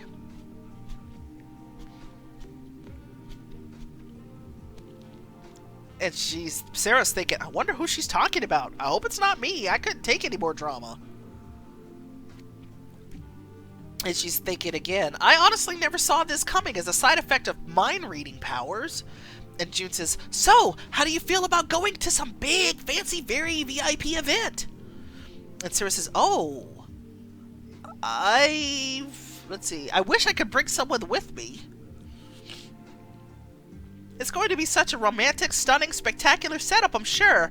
I wish Charlie had given me a +1 for some company. And June gives you a look. Does it have anything to do with a certain suave, dreamy studio manager who seems to always be hanging near your dressing room lately? And Sarah says, he does? And Sarah says, Aubrey is just a friend. We've definitely gotten closer lately, but I think that's because we have a lot in common. He's a really kind and thoughtful man. As far as I'm concerned, that makes him even better than a hunky colleague.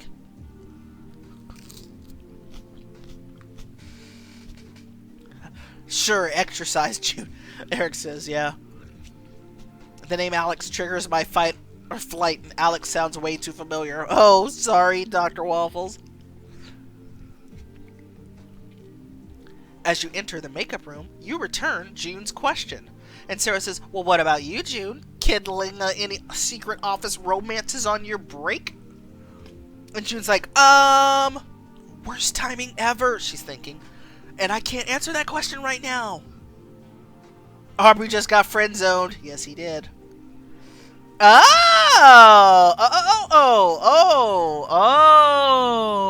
Okay. That is the eye candy she was talking about right there. And Maggie says, hey, Sarah and June, I never see you up here. And looking suddenly squeamish, June nods wordlessly and takes a step back. And June says, we weren't talking about anything. I mean, I should get back to my weather. I've got a desk report to do soon. Bye. And Sarah's like, oh, I wasn't the eye candy. Maggie is. Oh no! We gotta get these two together! Except if it costs diamonds, and then we're not. And then Maggie says, or Maggie's thinking, darn, I'm always scaring June off. What am I doing wrong? At this rate, we'll never talk. And Sarah says, hey, Maggie, I came up here in the hopes of getting a touch-up for the next segment. And Maggie's thinking, Sarah's her friend? Maybe I should ask. No, don't be weird, Maggie.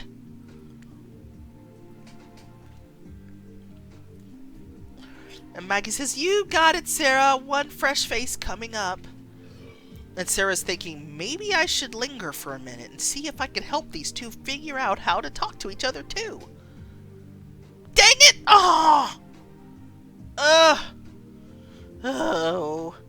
Okay, these two need to get together. We're going to talk about June, dang it. Normally I wouldn't do that, but come on. These two need to get together. As soon as you settle down into the makeup chair, Maggie's eyes bulge. Maggie's like, what? Why? And Sarah says, I had a sneaking suspicion that you might be interested in her. And Maggie's like, oh my gosh, shh! And Maggie glances around, determining that the coast is clear, before continuing in a whisper. And so she says, how did you know? And Sarah says, to be honest, it's obvious. Maggie's like, it is? Hey, V. And Sarah says, it's obvious to me, but don't worry about June. She's oblivious. Maggie says, she is not! And Sarah says, aw, look at you. I mean, she's oblivious to your feelings, not in general. Sarah says, I'm starting to realize we're all oblivious when other people like us. And Maggie says, to be honest, I've had my eye on her ever since she started here, but I can't find any way to have a real conversation. And Sarah says, well, why don't you tell me what you like so much about her? And if we find some common ground, you two might be able to strike up a serious conversation. As Maggie mixes a perfectly balanced foundation for your complexion, she gets a far off a dreamy look in her eye. And before we move forward on that, let's see. Well, Eric has redeemed a bad joke, so let's do something about that.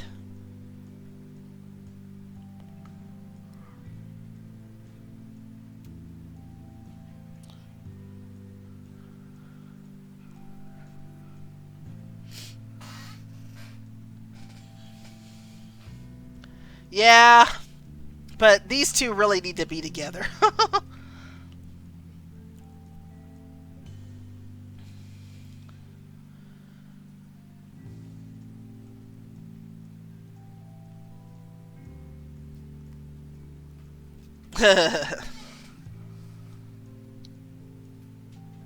Play Choices podcast says, finally finished my NHIE binge, and I was wondering what to do next. Thankfully, Kat is here to save the day. Well, thank you. I appreciate that.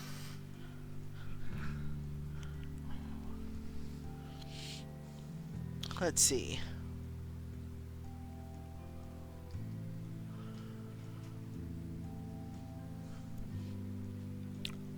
How did the telephone propose to its girlfriend? He gave her a ring. That was corny. I like it though. Where's the rim shot when you need it? I thought it was funny. Oh shoot. Me too, but we need to get you a rim shot. I might have that. I'll have to find one. I know I got one around here somewhere.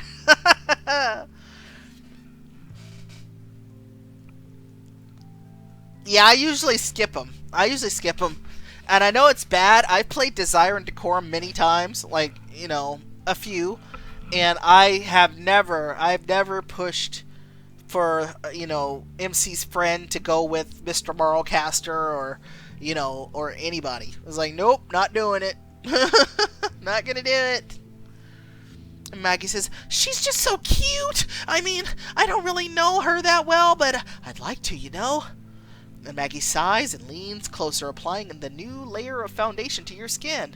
Next, she plucks a blush brush and dusts it over your cheekbones. And Maggie says, you probably know her a lot better than I do, since you two used to sit right next to each other. And Sarah says, well, what about her? What about you then? What are you into? And Maggie smiles as she says, I like to do brain teasers in my spare time, and I'm a bit of a stand-up comedy nerd and a hopeless romantic. A little bit too hopeless, actually. I could never just make that first move. I'm always waiting for the perfect moment. And Sarah says, you two would make such a natural couple. It figures you'd spot each other from across the room. And Sarah says, June is hilarious. Back when our desks were next to each other, she was constantly pulling harmless pranks on me. And her sticky notes were peppered with jokes she knew I'd see, like, to do, get groceries, call mom, fart on Sarah.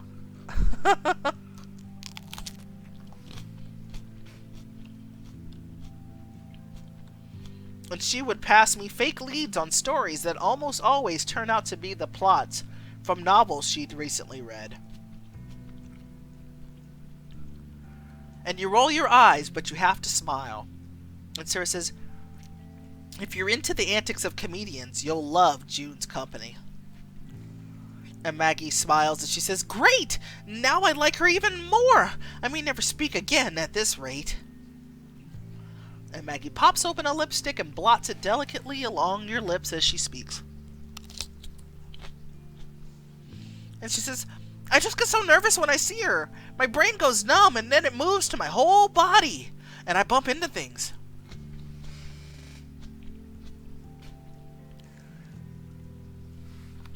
Oh, it's Pepper, sorry. I can relate, Sarah says. Trust me, but recently I've realized my doubts were all just in my head. People like you. People like you, and they just don't say it. And if you can accept that as a given, I think you can move on to the next part of the relationship. And Maggie's like, is that the kissing part?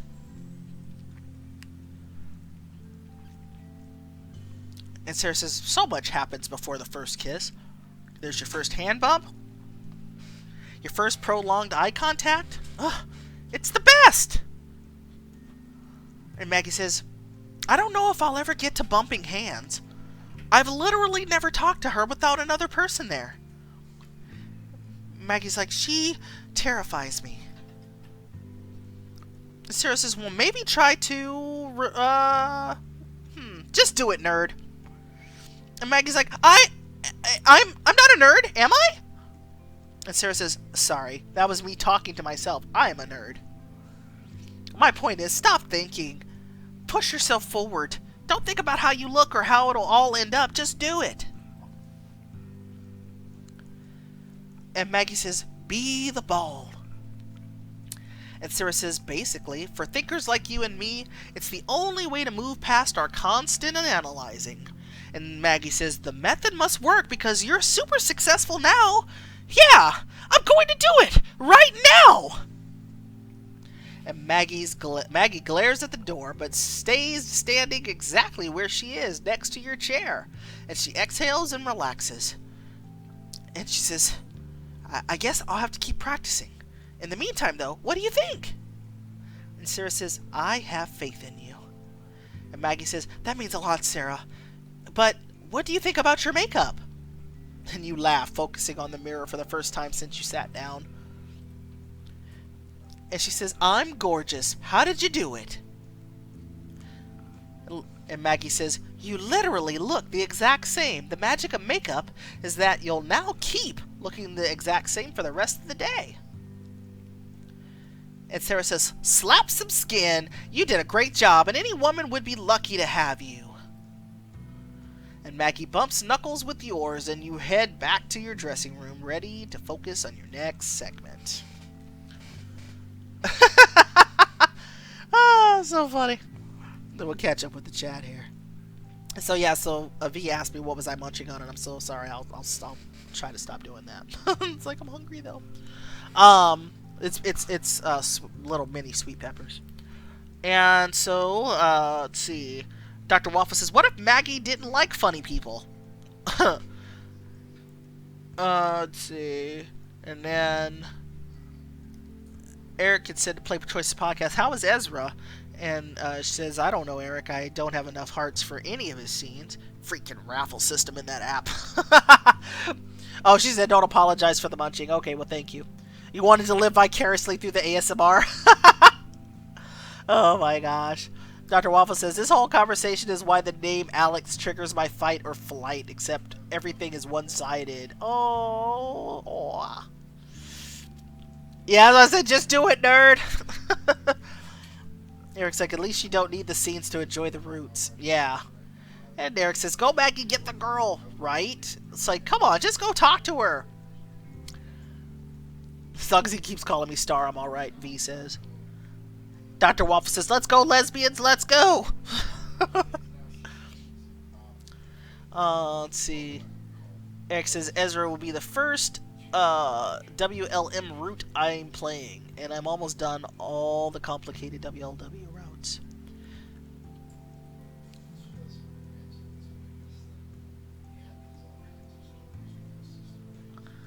Play Choice Podcast says, no, keep eating! Okay, thank you. It's like, I eat so much on my stream, I have no business telling anyone else not to. I try to flip my mic up so I bite into it, so it's like it's my bad. I didn't flip my mic up before that point. So Maggie bumps knuckles with yours, and you head back to your dressing room, ready to focus on your next segment. Excuse me. Later, you're on your way out of the studio for the evening, and you notice Maggie approaching June at the end of the hall. I told the joke. I totally told the joke earlier. You missed it.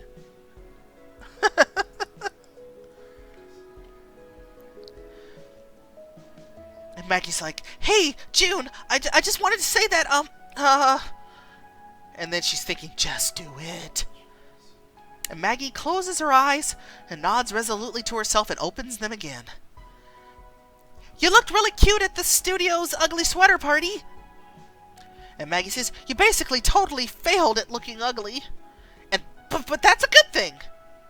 And June says, thanks, Maggie. I'd say you looked really cute at that party too, but you look really cute every day. And June beams and continues walking to her desk, leaving Maggie staring after her, blushing furiously. And she's like, oh, what? And you stroll down the hall with a sly smile, ready to call it a day and make your way home. And you call the elevator and see someone else is already there. It's Ellen. Yeah, it was the ring joke. How does the phone propose to its girlfriend? Gives her a ring.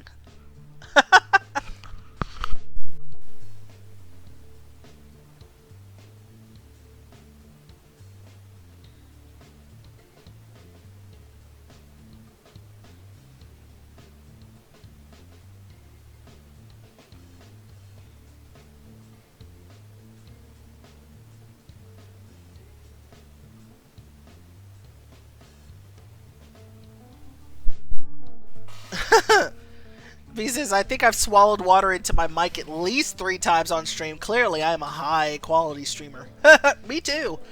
I am a professional. Just kidding. No, I'm not. I'm just joking. these oblivious lesbians. Oh my god, just kiss. I know, right? It's like, Jude, Maggie, just go on a date, please. Please, girls, go on a date. You like each other. It's going to be okay.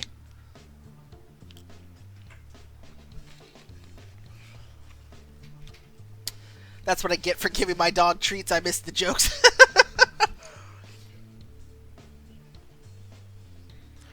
No, I mean because they didn't take like 30 seconds to look for one, and then go, "Oh, that's a good one." So we had no indication. Yeah, I just started searching and then I found it. It didn't make me like really laugh like the last time. That whole the bot yeah, that was bad. Oh my god. Sarah and Anna as well. Just kiss. That's true. So Miss Ellen is in the elevator when you go into it, and she's steeling yourself for whatever barbs she might throw. You step inside and let the doors clip shut. And Ellen says, "Hello, Sarah." And you clear your throat and push the button for your floor. And Sarah says, "Hi, Ellen. What are you doing?" And Ellen says, "It's becoming an increasingly overlooked fact that I work here." And Sarah says, "Right, I just meant in a more general sense. How's it going?" And Ellen says, "Are you nervous about something?" And she's thinking, "What are you hiding?" And Sarah says, I'm not nervous." And Ellen says, "I've got a very sensitive ear for the truth, Sarah. And every time you speak, it doesn't quite add up. No one even knew you worked here last week. Seemingly overnight, you're a hit reporter?" And Sarah's thinking, stay calm. She can't possibly know.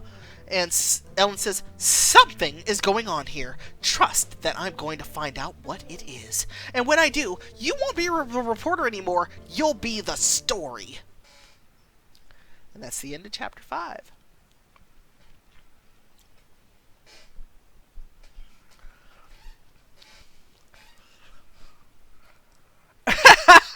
Dang. I hate that. It's like, you know what? You get these like bites, or all of a sudden your leg starts scratching or your arm starts itching or whatever, and you're like, what the heck? What was it? I didn't see it, you know? Stop. Those are the worst. I know, right? So, what do we think about the scene with Maggie and June? I really thought that was a good purchase. I thought that was a good buy. Normally, I don't do the whole, pay the diamonds to get somebody else together business. I don't typically do that. But with those two, it just seemed like it just needed to happen. They were just so darn cute.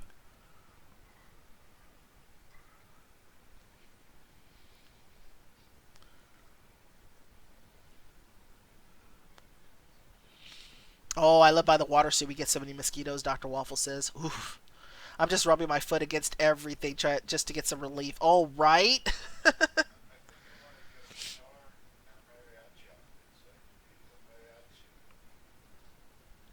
At least we saw them heavily flirt. Yeah, it wasn't just like, "Oh, well, maybe we'll hook up or maybe we'll talk or whatever. The next chapter they kiss, hopefully. I know.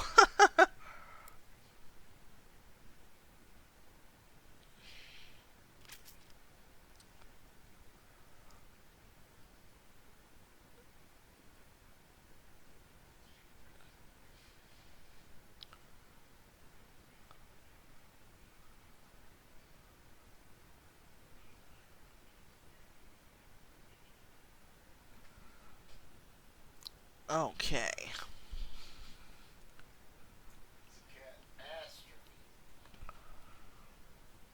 Oh, absolutely. Absolutely. Chapter 6 is called Mind Games. And the synopsis is, get ready to rub shoulders with Northbridge's elite at an exclusive event. And can you hold your own amongst the rich and powerful? And so Charlie Carmichael, the candidate for governor, invited Sarah, our main character, to one of his events. So that's where she's gonna, hobnob a little bit with the rich and famous. So let's see here.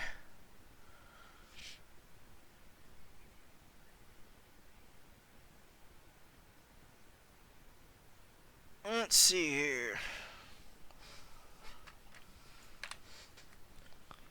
First, of course, I mean, just because I really like it, I'm totally gonna push out the our blended lives with choices from Nina Streams, aka choices.mc on Instagram.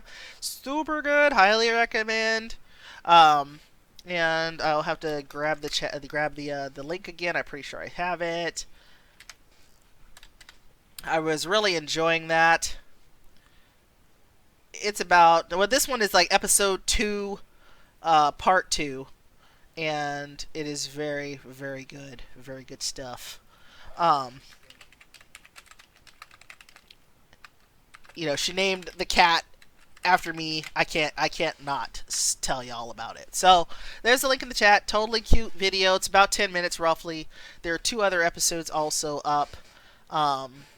And it's a lot of fun to watch. Highly recommend. Go ahead and check that out. And let's see.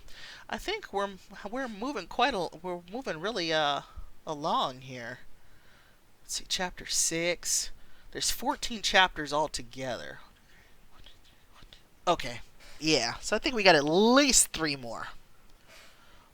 All the Zach and Brendan ones are annoying. Oh my god, yes. Are you serious? Yeah. I watched the first 2 parts and they were very entertaining. Oh, good. Good. If, and there's like a whole like list of folks that are, that do roleplay and stuff like that. But the character that, because Choices MC, she had asked us like which of the MCs are our favorites, and one of my favorite MCs is the one from Red Carpet Diaries, Jessica. I really like her. In my playthrough, I called her Alyssa, and if that is of interest to you, I roleplay her on Instagram. You can check it out at that link right there in the chat. I'll also put it up on Twitter in the group chat. Also, for folks who are interested, and you've been hanging out in the chat for a while, and you're on Twitter, please let me know if you're not part of the group chat. It's a lot of fun, and I will get you invited to that. Just tweet at me or something, or send me a whisper, and I will get you invited. Okay? I do edits for the character. I do little journal pieces, which I'm working on a journal thing right now to recap the parts of Alyssa's story that were in the video. So I'm working on that right now. I do not write the series. Nina does. I don't do that. So just, putting that out there. I did not create the series. I'm just a big fan. So I wanted to put that out there. It's just super cool and a lot of fun. All right. Chapter 6. Yeah, even worse for Zach and Brendan since they can't just be together in book 2. That's talking about the freshmen. Yeah, I know it. I like Zach, and I was like, you know what? I was kind of hoping that he would find a happily ever after, at least right then. But yes, and one of the stars of the series. Yes.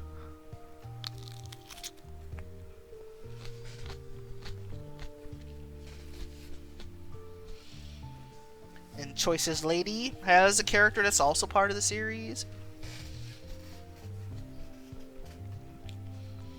It's 6 different MCs, and it's just so amazing how Nina puts it all together. I don't know how she does it, but she does it, and it works.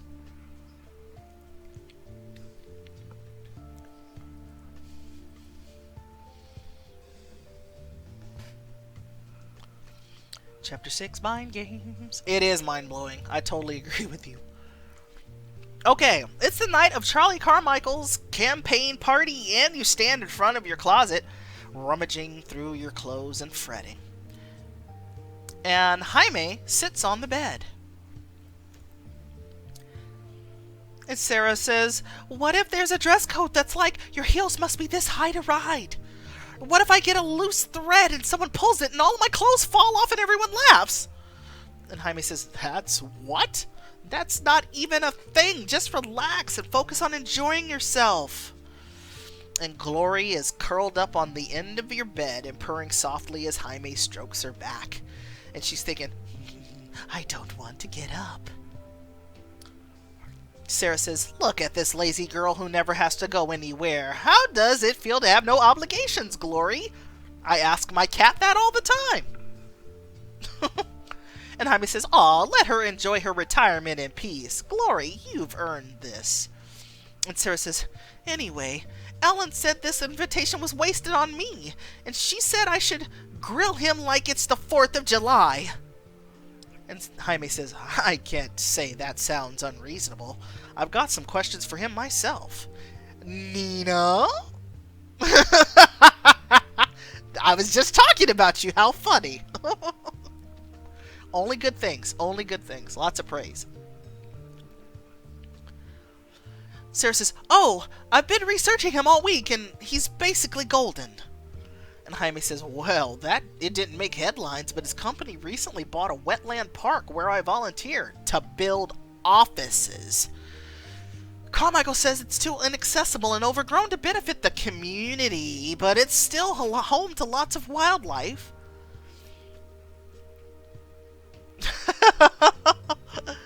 And Sarah says, interesting. I didn't hear about that. And Jaime says, it's not like he's a monster. I just wonder what he'll really be like in office. And Sarah says, I'm going to try to stay objective. I'm not a smear reporter like Ellen. If there's a story here, I'll go after it, but I won't drag him for nothing. And Jaime says, I guess that's what makes you such a good fit for the job. The place is called Waterstone Park if you get the chance to work it into conversation. But seriously, no pressure. This is your night. And you pull a flowing blue dress from the closet and hold it to your body, turning towards Jaime. And she says, is this too much? And Jaime's mouth drops. Oh, Jess, thank you. I appreciate that. And Sarah says, I'll take that as a yes. And Jaime says, it's too much in a good way. Why have I never seen this dress before? And Sarah says, oh, Dad bought it as a symbolic gesture when I signed up for the fast track course load sophomore year. And he'd said I'd be graduating so soon I'd need it, but I dropped out and it's been sitting here ever since. And Jaime says, well, hey, maybe this is your new graduation in a way. And he turns while you shimmy into the dress. And when you finish, Jaime turns back around and his eyes go wide. And Jaime says, my God, you don't look like a reporter, you look like a queen. And Tutorial says, claim your crown in this beauty and make a good impression in the ballroom. Ooh, wait. Wow. Wow. Yo, this dress is nice.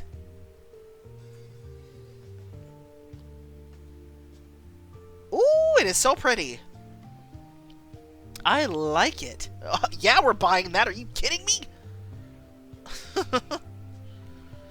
She looks so pretty. Play Choices Podcast. She says, I'm immediately weak in the knees at this man. I'm like, I know, right?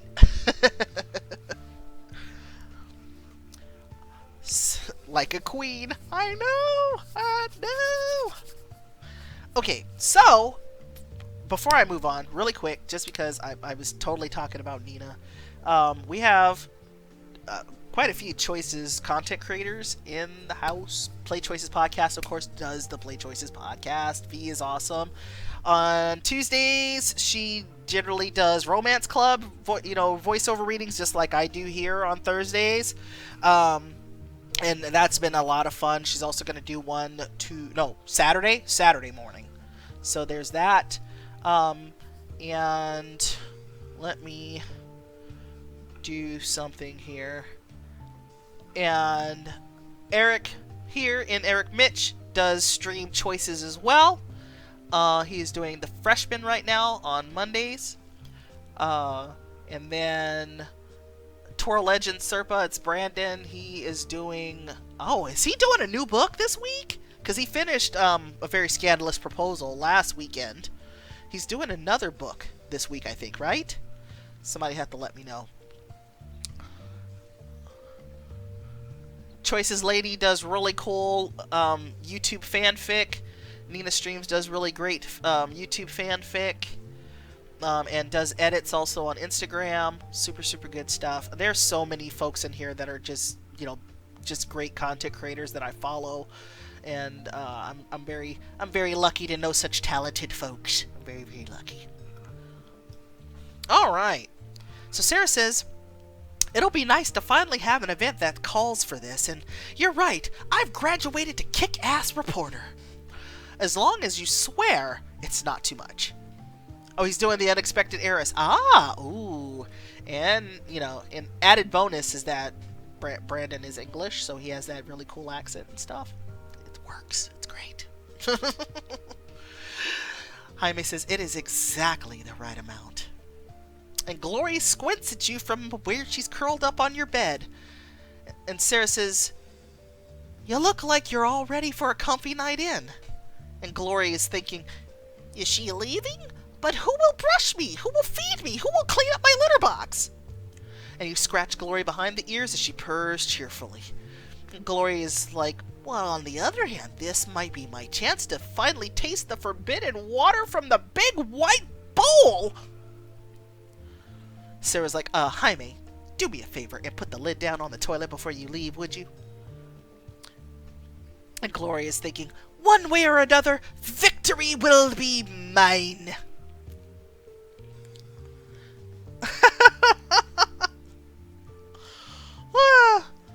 Don't make V all emo in the chat. I know, I do that too. It's as content creators, it is so hard. It's great to hear feedback. It's great to hear that people really like your stuff, but just like anybody, we're our own worst critics. So we're just like, oh no, totally play down stuff, and we're totally humble and blah blah blah, And it's just hard. It's hard to hear nice things about yourself, It's very tough. Hey Fuzzy, how you doing? And Sarah says, okay, I am as ready as I'll ever be to go to a big public event full of important people and to talk to them. Oh, hey, what do you know? The panic I've been holding inside all day is suddenly flooding out. Can you give me a reality check? And Jaime says, okay, let's break this down. The worst possible scenario is that you say something mildly embarrassing to one of the guests. And Jaime says, and that doesn't really matter because it's not like they're in charge of your job. This is all bonus content. If you get extra scoops out of it, great. If you don't, everything's still great. And Sarah says, yeah, you're right. I've got everything to gain and nothing to lose. Bolstered, you give Jamie a hug goodbye and head out into the night.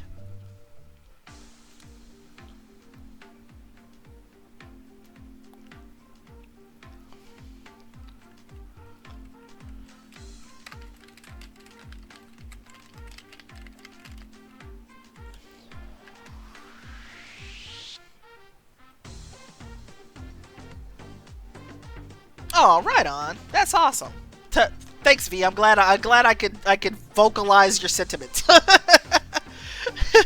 But it's true, and it's not just with the Play Choices community. It's just content creators in general, And I know I stress out a lot. It's like I'm sitting there thinking, oh my god, is this good enough? Oh my god, is this good enough? And then I'll sit there and I'll drive Jingo insane because I'm like, hey, can you look at this? Hey, can you read this? Can you look at this? Can you read this? Can you listen to this? And I'm making him nuts. I know it. But he loves me, so he'll listen to me do that.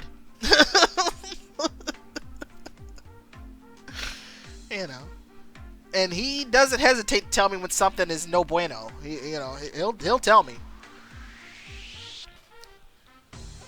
I know, a fancy party like this would just make me want to lose it. I would be scared. I couldn't go. Aw, speaking of Jingo, the ship of fools, thank you so much. Thank you for the biddies. Aw, he loves me. He loves me.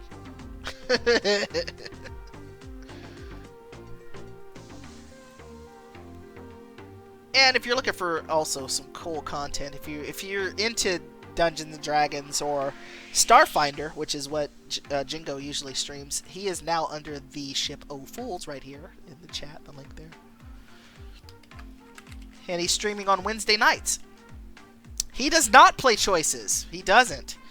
But one of these days, I hope to rope him into doing some voices with me, and I think he would. I think he would do it if I asked very, very nicely. Wouldn't you, love? Alright. But no, he listens to me talk about choices, but he doesn't play it. Yes, he hosts RPG live plays. That is exactly what he does. And he's a great storyteller, and he does great voices. I cannot touch what my love does. I can't do it. And I can't, and I'm not just saying that because, you know, he's my husband. So, it's just the truth. He's very entertaining, and so is his cast of characters, his cast of fools that play the games with him. Yes, peace of mind over content. Absolutely. I scrapped a piece of content because it was giving me anxiety. Oh my gosh, I know about that. Oh!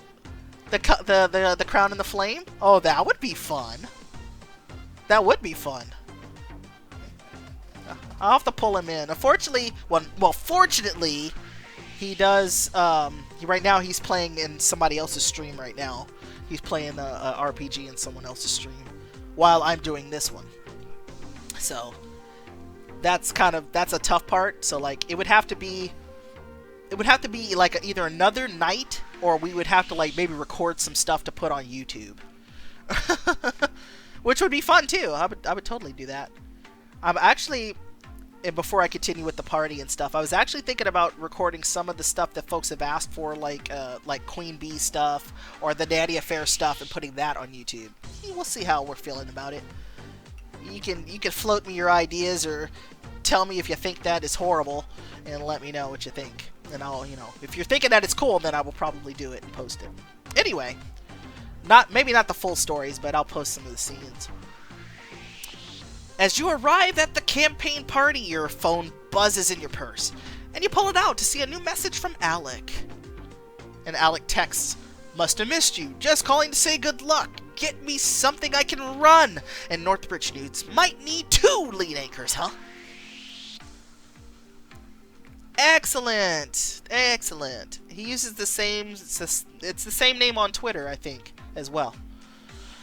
Let's see, and Sarah's thinking, okay, if I could wrangle a big story, I might get to share a desk with Ellen, for better or worse. And you make your way deeper into the ballroom, considering your options. And Sarah says, my best bet is probably... so that's a yes, B? Let's see, Sarah says, my best bet is probably... I don't think hitting the snack table is going to get her a story. Trying to mingle would be good, but finding Anna might be the better option on this. I'm wondering, because I'm wondering if Anna could, like, give us some leads on who to talk to get a big story. Let's do it. Let's talk to Anna.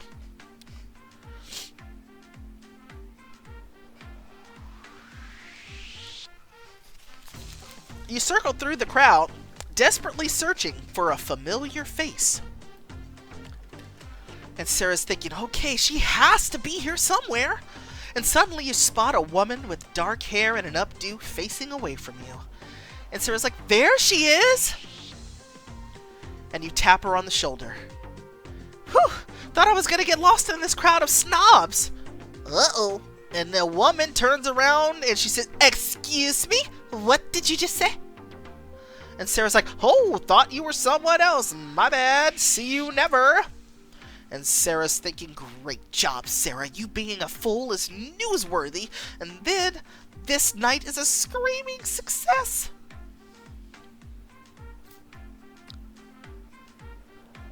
We have not. I'm just playing a little bit through Anna's stuff.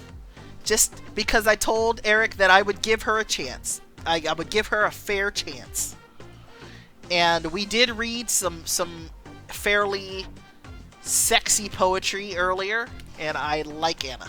I like her, but I don't know. She has not quite yet edged Jaime for me. I really like Jaime.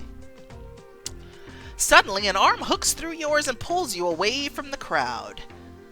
Ah, okay. Wait a minute. I am slightly disappointed. I was hoping to see her in some type of super cool ball gown with a different hairdo or something, or, you know, with her hair down and some really pretty dress, or a pretty pantsuit that's not the suit that she normally wears. She can still rock the pantsuit. It just should be a different one. I'm a little sad. Anna says, "Hey, look who I found!" And Sarah says, "Anna, I can say with complete honesty that I have never been so happy to see anyone in my entire life." And Anna scans you up and down, admiring your dress. And Anna's thinking, "Okay, don't drool all over her. I'm amazed I didn't spot you sooner. Now I wish I'd dressed up."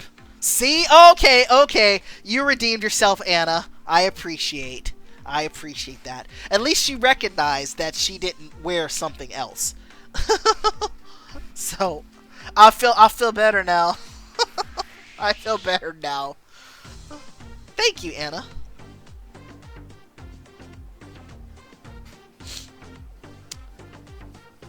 And Sarah says, "Really? I was worried it might be a little too glamorous." And Anna says, "There's no such thing. Are you enjoying the party so far?" And Sarah says, "I wish. My boss left me a voicemail right before I got here, hinting at a promotion if I can bring back a story. It totally threw off my carefree vibe." And Anna says, "If you're looking for a story, I'd try Trey Sheldon." See, I knew Anna was the right choice. She was going to point you in the direction of a story. He's a tech mastermind, so he speaks solely in money. And Anna points him out, talking with two other guests nearby. And Trey says, Trey says, "Cote d'Azur is so crowded this time of year, but it beats the alternative." And the man says, "Oh, I stopped bothering with the hassle of vacationing after I bought my first island." And a woman says, "But how much of it is staffed?" And Sarah says, "Oh, I actually had the delight of humiliating myself in front of Trey's friend earlier. Pass." And Anna says, "Oh, don't be so shy. They might be rich, but they don't bite. Unless they're checking to see if you're real gold."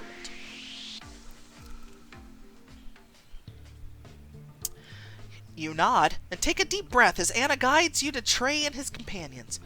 "Anna, what's new with Charlie's right-hand woman?" And the woman says, "Anna, it's a pleasure to see you again." And Anna says, "Hello, everyone. I'd like to introduce you to my good friend, Sarah Gibson. Mike is the CEO of an energies company, Barbara is a brilliant lawyer, and Trey is responsible for Daintree e-marketplace, among other apps. Sarah is a reporter for Northbridge News. I'm sure you've all seen her recently." And Barbara says, "Oh, I knew I recognized you." And Trey says, "Yeah, the clip of you busting that exotic animal ring has been getting tons of hits on the web." And Mike says, "Charlie actually mentioned you the other day, and he said yours was one of the best interviews he's ever had." And Sarah says, "I'm just doing my job." And Barbara says, "Oh, by the way, that dress is absolutely stunning. Is that Dior?" And Sarah says, "Oh, this old thing. I just found it in the back of my closet." And Trey says, "Don't tell that to Marc Jacobs. I think I saw him eyeing your outfit from across the room." When in Rome, the guests are impressed by your outfit. And Sarah says, "So, let's see. I don't think we need to, how to meet. I don't think so. I don't think that's a good one. I'm trying to see which question would be best.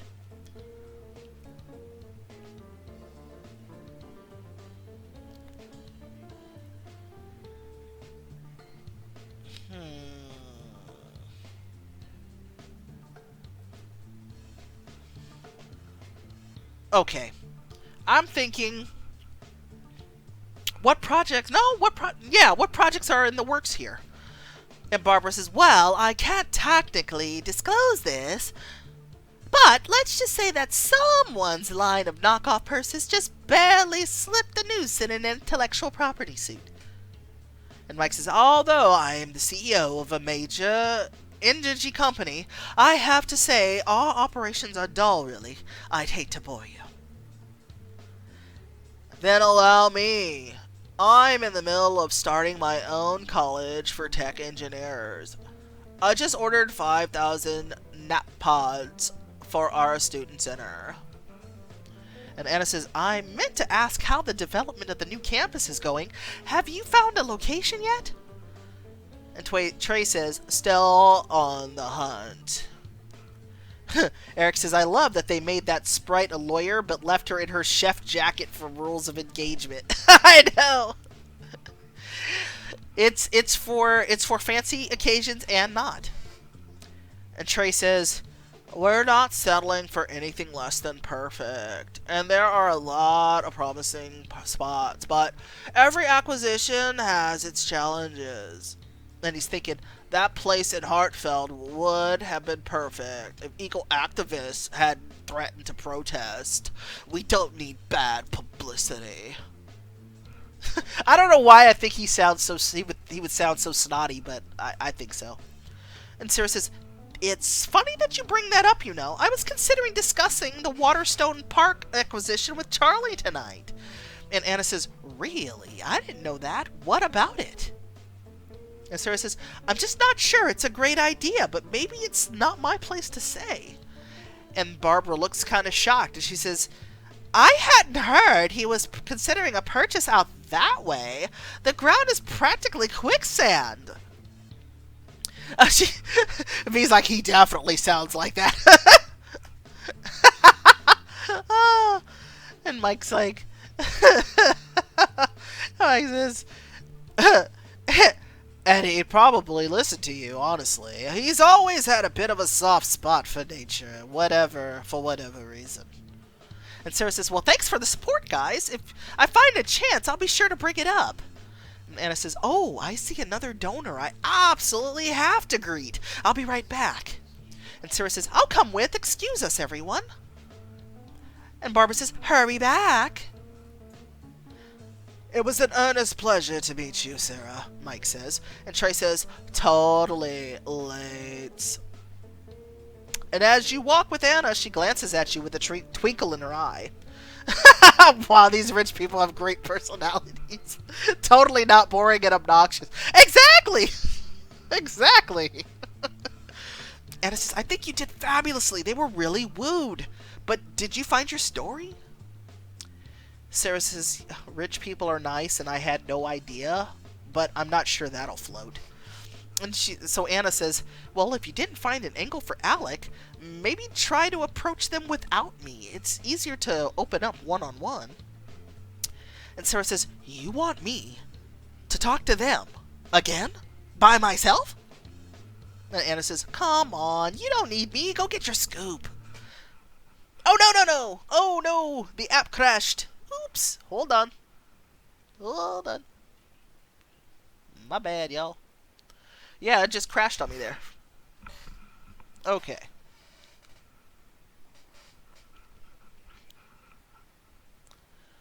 Let's bring it back.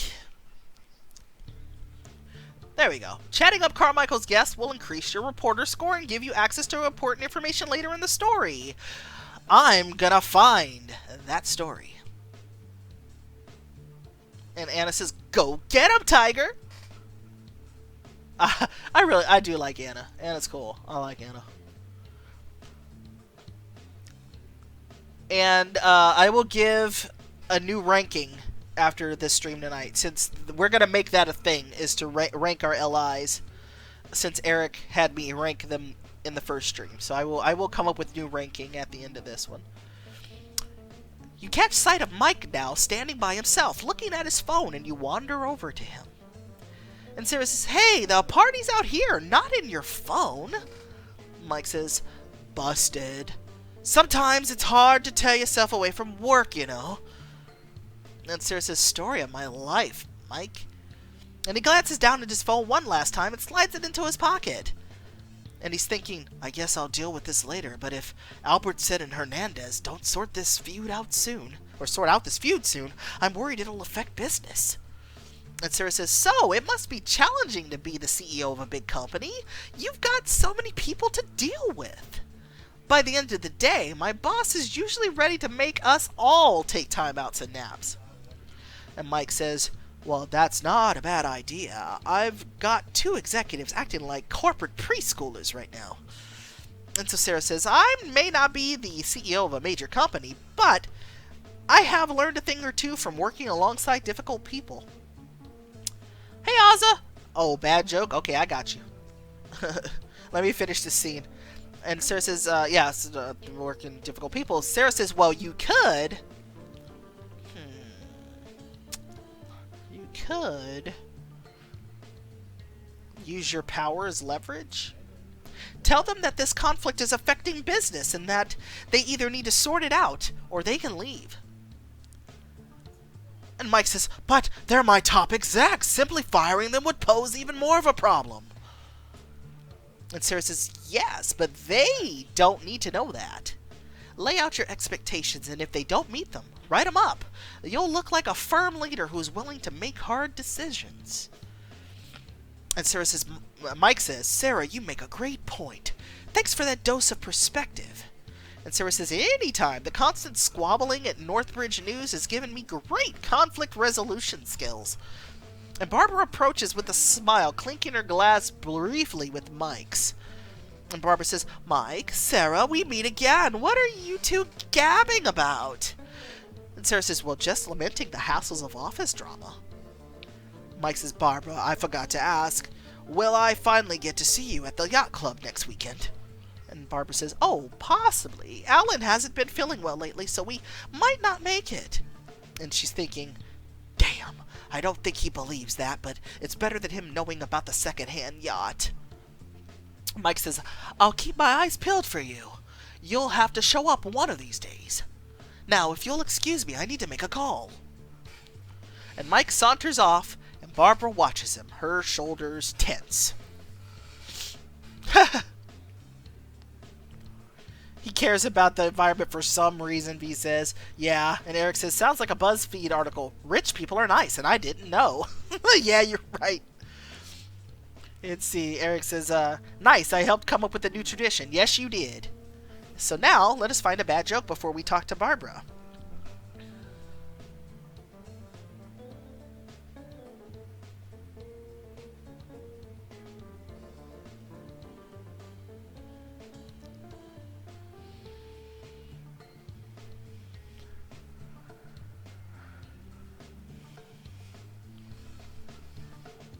Since we're around a bunch of rich people, I kind of figured we'd go and find a dad joke that's about being rich. So let's see what we got.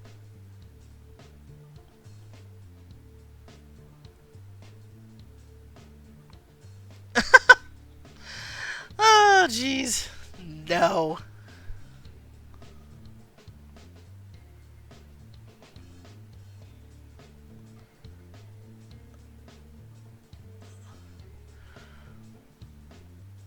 A mom finds a kid licking money, and she says, hey, don't lick the money, it is dirty.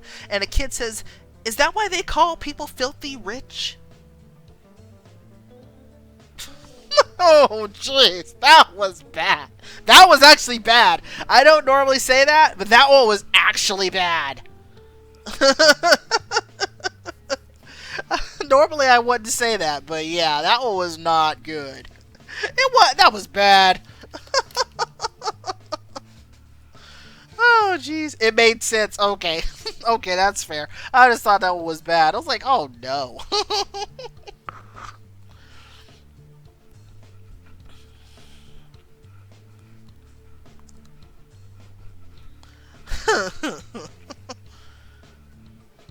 Let me see. I'll find one more real quick.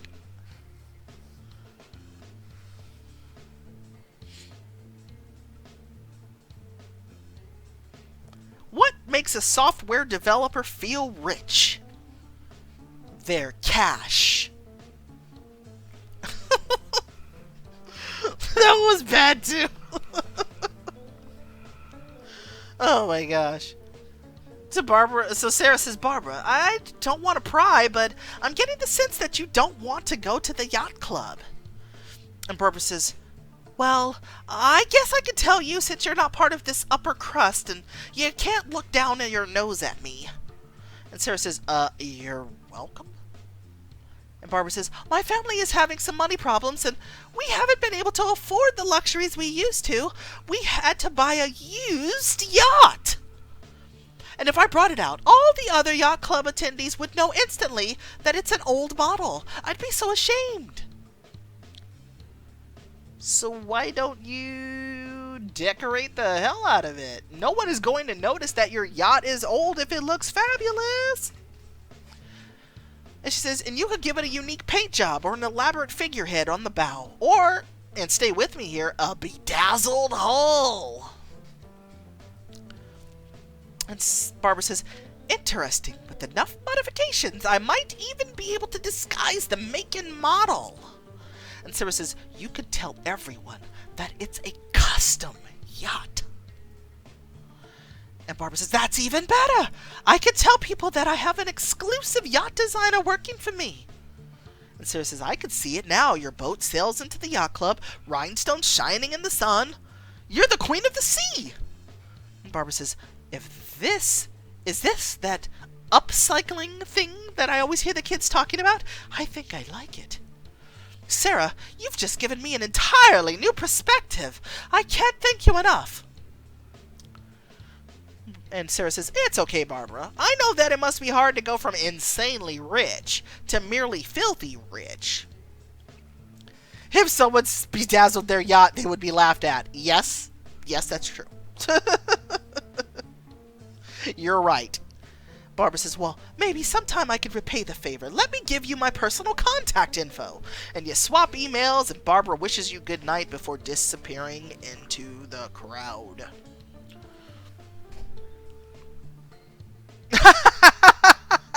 Barbara's voice is one of my new favorites. Nice. Glad I could top myself.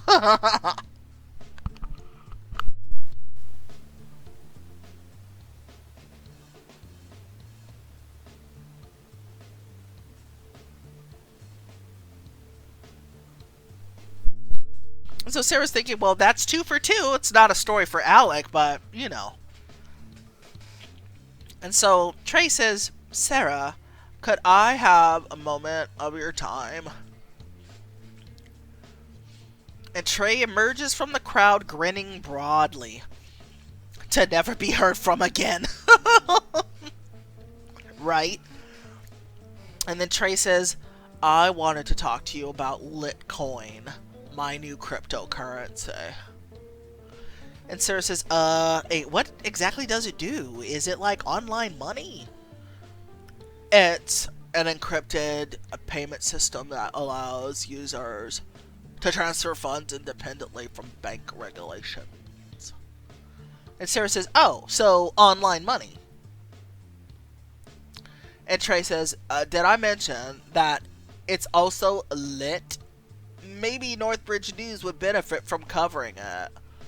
And he's thinking, because if I can't generate publicity, Litcoin will never leave soft launch. And Sarah says, that's an intriguing proposition, Trey, but it has to be more than just cryptocurrency to be newsworthy. And Trey's like, well, okay, see, that's where you come in. And Sarah says, oh, if we can attach this story to something juicy, the Northbridge audience will be more curious about Litcoin. You should have a high-profile romance? Nah, I don't think so. Launch a boat into space? Nah, I don't think so. Develop a music festival. If you make the tickets available exclusively via Litcoin, it'll boost the popularity through the roof. This man just said lit, Fuzzy says, I know. And Sarah says, and you can upsell with merch and VIP passes and stuff. And Trey says, interesting. That could actually work. It'd be an investment, but I could see it paying off. And Sarah says, I guess the only challenge would be finding top talent to play the shows. And he says, oh, are you kidding me? That's the easy part. I can incentivize them with some exclusive tech. It is a mutually assured win.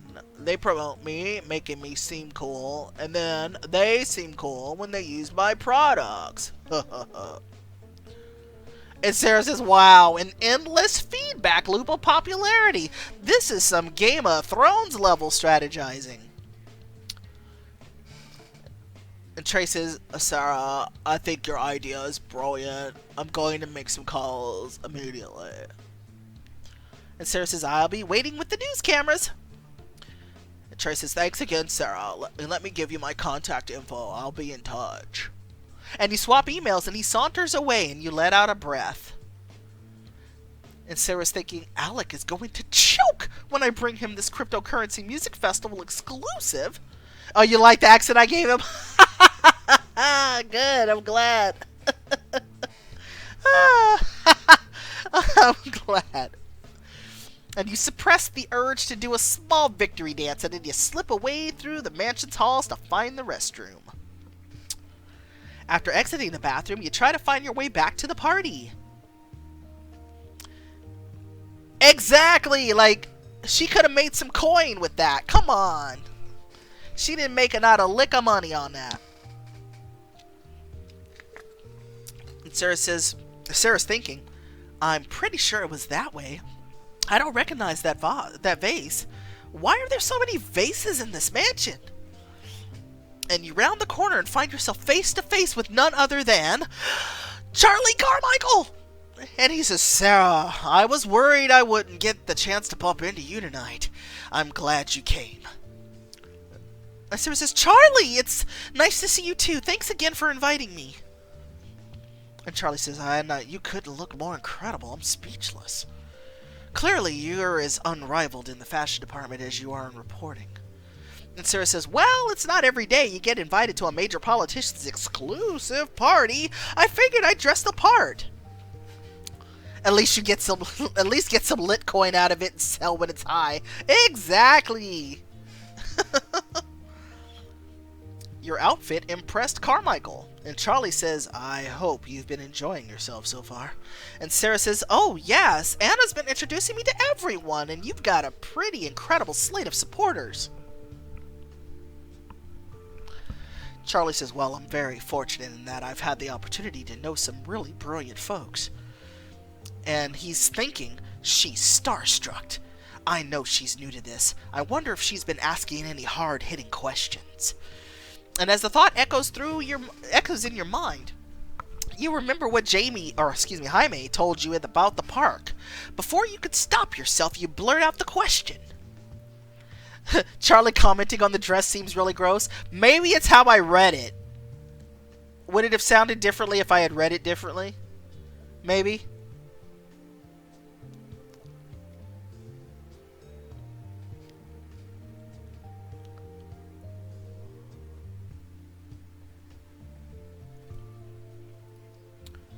Sarah says, Mr. Charlie, I wanted to ask about your company's plans to redevelop Waterstone Park. And he looks stunned, and he's thinking, where did she hear about that? Certainly, Sarah, what would you like to know? And Sarah says, I don't. I'm not asking this as a reporter. I bring it up because I could be your future constituent. No, it's gross when I read it as well. Okay, so it's not just because of the voice I used. Okay. Because sometimes it could come off really sleazy, and it's like it's not the intention. And so Charlie says, well, I'll always make the time to listen to my community members. What's on your mind? And so you picture Jaime and think about what he said. And Sarah says, to be honest, I disagree with your plans. I think you should reconsider. And he says, really? And why is that? Because it'd be bad press. Because the land is no good for development. Because you enjoy the wilderness. Oof. I'm gonna say the land is no good for development. I played Fly on the Wall tonight, and there are some people who know this project is doomed. Waterstone Park is a marsh, Charlie. There's no solid ground to build on. And he looks shocked, and he says, but my contractor said we could just fill it with sand. And Sarah says, and they could be right. But I can only imagine that this is an expensive project. Do you really want to take that risk? Besides, you're in the midst of campaigning. People want a representative who can look ahead and see their plans to success.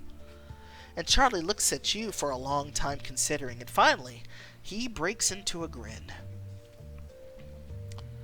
You make a compelling case, Sarah, and you clearly put a lot of thought into this. I could tell you care. I'll reconsider the Waterstone project. And Sarah says, really? Wow, thank you, Charlie. And Charlie says, no, thank you. I'll be honest, I have trouble with journalists sometimes. There are a lot of ruthless reporters who only care about making headlines. But when I look at you, I see someone who genuinely wants to make the world a better place. Never lose that. And Sarah says, I'll do my best. Thank you again. Charlie says, now, if you'll excuse me, I have a party to host, but I hope we'll talk more later. And with one last nod, he continues down the hallway. A warm feeling spreads through you. And Sarah thinks, I got him to change his mind. Jaime was right. Maybe this is the kind of positive force my powers were meant for. Now, where am I? And Sarah shouts, Charlie, wait! And you rush after Charlie and make your way back to the party. Okay. After searching the crowd, you find Anna out on the balcony. And she's leaning against the railing and gazing out at the skyline. And she turns as you approach. Sarah says, hey, shouldn't you be schmoozing it up? And Anna says, I'm afraid I'm all schmoozed out for the night. Besides, that's more Charlie's area expertise. And she nods at a small crowd gathered around Charlie. And Anna says, I think my work here is done. I'm ready to blow this popsicle stand. And Sarah says, okay, well, it was good to see you again. And then Anna's like, whoa, whoa, whoa. Being done with the party does not equal being done having fun for the night. Eric's like, hello, Anna. Let's see, that was a new scene for me. I usually go with the bad press route. Oh, that's it. That was good. Yeah, I don't know. I just thought, like, because they talked about how the land was basically quicksand, I had to tell him about that. Because it's like, if he decides to go through with what he's doing, that could really put people in danger. That's way worse than, you know, bad press. The bad press would come if he built on the land. So it's like, just stop it in the first place before it gets to that point. That was my thinking for picking the answer. Anna says, you and I barely even gotten a chance to talk all evening. I want to take you someplace with fewer rich snobs. And Sarah says, you're gonna have to be more specific. I think most of the rich snobs are here this evening. And Anna says, I'm ready to let my hair down a little. I want something casual, exciting, and lighthearted. I want to play tag. And Sarah says, like the children's game? And Anna says, no, I'm talking laser tag. There's a venue not too far from here, but I've heard good things about it. So unless your carriage is about to turn into a pumpkin, I'd love to have your company. And she's thinking, please say yes. There's no one else I'd rather spend the evening with.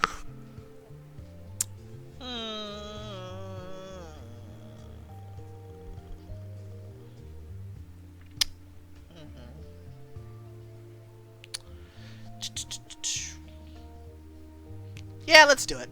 I would love the tag along. Let's go. Oh, it's a positive outcome no matter what you choose. Oh, okay. Well, that's good. That's good to know. And Anna says, okay, but know that every pun you make like that, there's a laser shot with your name on it. Now let's get out of here before Trey tries to sell us robot chairs or something. And you two slip from the party unnoticed and catch a cab to the arcade. And MC does not look out of place at an arcade in a fancy dress. You and Anna arrive at the laser tag parlor, get checked in, and gear up. You let out a breath as you emerge into the neon bright battle zone. Oh yeah, no problem, Eric, because I'm kind of curious about, you know, how their relationship develops, and, you know, I got the diamonds to do it. It was kind of cool. I won a $50 gift card. Was it 50? I think it was $50 gift card for from Grown Women Gaming, which is a podcast that I really love, and I've been fortunate enough to be a guest panelist on it. And when I was asked, you know, what gift card I wanted, I said, "Can you get me a Google Play gift card?" And it was funny because, you know, it was for the platform of your choice, and the ladies had never had anyone ever ask them for Google Play. And it's like, well, I play choices, and diamonds are not cheap. So I took the gift card for Google Play so I could buy diamonds. So I won't be in a shortage for diamonds for a little while, thanks to winning a gift card. And so Anna says, "Are you sure you'll be able to play in that dress?" And so she says, "You know, it's surprisingly movable, and I'll look super cute, but..." Sarah says, "Confession time. I've never played laser tag before." And Anna's in her mind thinking, this match is going to be too easy. "It's pretty simple. Your sensor will light up if I tag any part of your body with my laser. But don't worry, I'll go easy on you," Anna says. And Sarah says, "Oh, why don't I believe that?" And she says, "Probably because there's only a thin layer of elegance hiding my true cutthroat nature." And Sarah says, "I don't know why I didn't immediately size you up as a laser tag aficionado." And so she says, "Not many people know this about me, but when I was a kid, my dream job was space cowgirl." And so Sarah says, "Really? That sounds like a pretty niche occupation." And she says, "Yeah, well, I guess I was kind of a weird kid. Maybe I was looking for a place to be myself. Or maybe I just liked aliens and cowgirl stuff. Who knows?" And Sarah says, "I totally understand. You'd make a cute space cowgirl." And you're rewarded with a slight tinge of pink to Anna's cheeks as she glances away. And Sarah says, "Are you blushing?" And Anna says, "No!" And Sarah says, "I do believe the unshakable Anna Koishi is blushing." And she says, "I'm wearing blush. That's all it is."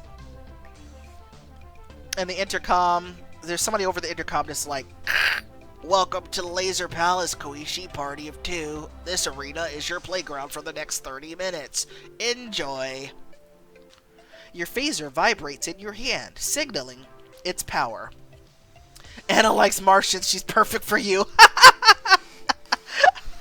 I see what you're trying to do there, Eric. I see what you're trying to do. Your phaser vibrates in your hand, signaling its power, and you glance up at Anna, and her lips curls into a smirk, and she aims her phaser. Anna says, "I'll give you a running start." Says I'm being gentle tonight, but this space cowgirl is taking you down. And she's thinking she has no idea what she's in for. I'm a stealth master. And Sarah says, "Oh, we'll see, Anna. We'll see."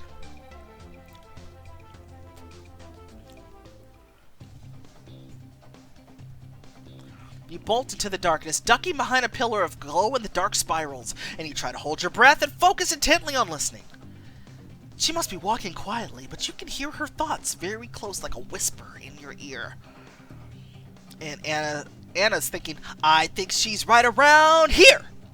And Sarah says, "It sounds like she's right behind me. Time to counterattack."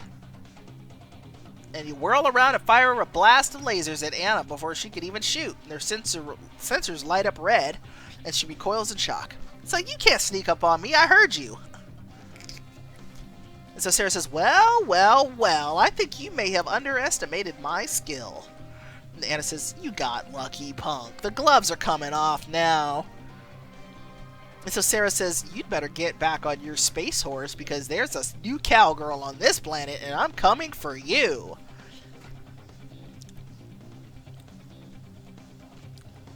One second.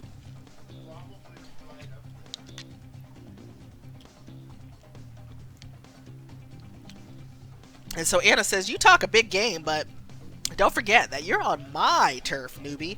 If you want me, you'll have to catch me. About time. About time. Who was in that one?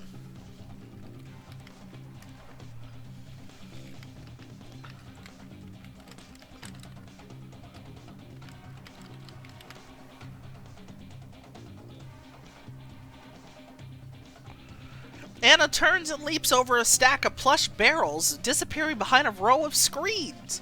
And Sarah says, you're just prolonging the inevitable, Anna. This planet isn't big enough for the two of us. And you creep through the arena, tracking her from the sound of her thoughts as they grow louder. And you climb onto a luminous crate and see her crouched on the other side of it. And Anna's thinking, I don't hear anything. Where is she? She's close. Now, if I could just catch her off guard. And you take a deep breath and then stand up with your phaser raised. And fire! And you shoot your phaser and her sensor flashes bright red.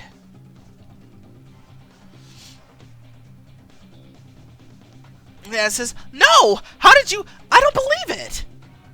And Sarah says, cowgirl? More like owl girl, because you've been hit. And Anna says, oh, that hurt more than the shot. Sarah says, okay, it's time to finish this. Anna says, ooh, I'm so scared. You couldn't finish me if you... And before she could finish her thought, you leap forward and snatch her phaser right out of her hand. And Anna's like, what? Okay, that's definitely against the rules. And you grin, pointing both phasers right at her. There are no rules in space. Any last words, Koichi? And Anna says, I always knew it would end like this. And suddenly a tone plays signaling the end of the match. Unfazed, you crushed Anna at the Laser Palace. And Anna says, wow, you did a lot better than I would have expected for your first time. Oh, okay, I know who he is. Oh, Rachel McAdams. Okay. Huh. I've never seen that one. I've seen In Time. In Time, that's the one with Justin Timberlake, right?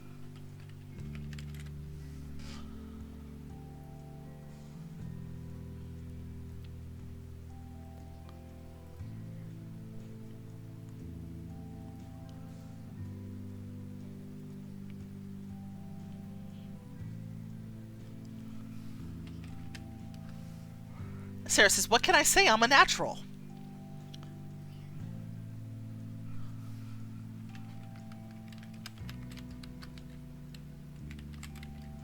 With an exhausted but grateful sigh, you peel off your sensor and shamble over to the cubbies where your high heels are waiting.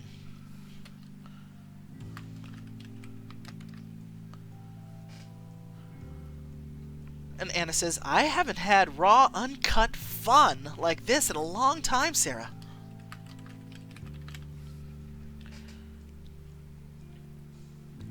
Sarah says, I'm glad I could help you let your hair down. Maybe someday I'll even convince you to shake out that ultra-tight ponytail.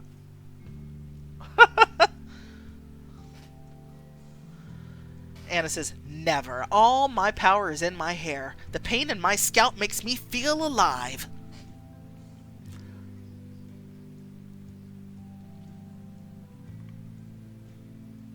Huh, okay, interesting. I'll have to see if maybe it's on Netflix or something. Because I would check it out. And Sarah says, okay, but at the very least, I need you to tell me what product you're using. I can practically see my reflection in your locks. And Anna looks at you and smiles and then shakes out her hands and gives a shaky little laugh. And she says, wow, I'm so giddy right now, my cheeks are tingling, and I must have had more champagne at the campaign ball than I realized. And Sarah says, I was by your side most of the night, and you didn't drink that much champagne. You're giddy because... You're giddy because... you're with me. It's on Canadian Netflix, not sure for US. I'll search, no biggie.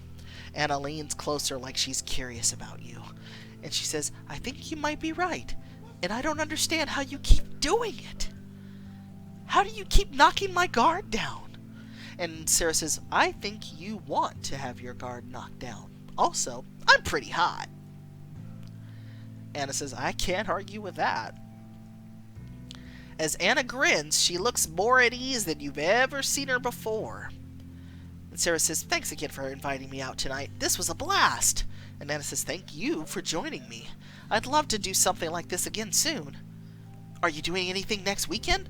How about we have ourselves a girls' day out? Uh-oh, did she just ask for a date? Yeah. Thanks, Dr. Waffles. I'll check it out. Sarah says, done and done. I'll look forward to it. And you return the equipment and prepare to head home, but your body is still tingling. And the next day, you and Jaime meet for brunch, and you nurse a coffee and suppress a yawn. Jaime says, so, Ms. Sleepy, I can see that last night has taken its toll on you. Are you exhausted from enjoying yourself or trying to hold it together? And Sarah says, a little both, if I'm being real, but you know what? I think it went pretty good overall. And Jaime says, see, I knew you were going to slay it. And by the way, I got a text from my friend at Waterstone Park this morning. She said that Carmichael has reconsidered his development project. And apparently he wants to help turning it into a nature reserve instead. Now, who could have made him change his mind like that? And Sarah says, I may have chatted with him about it and exploited some weaknesses with a little help from my abilities of mental perception.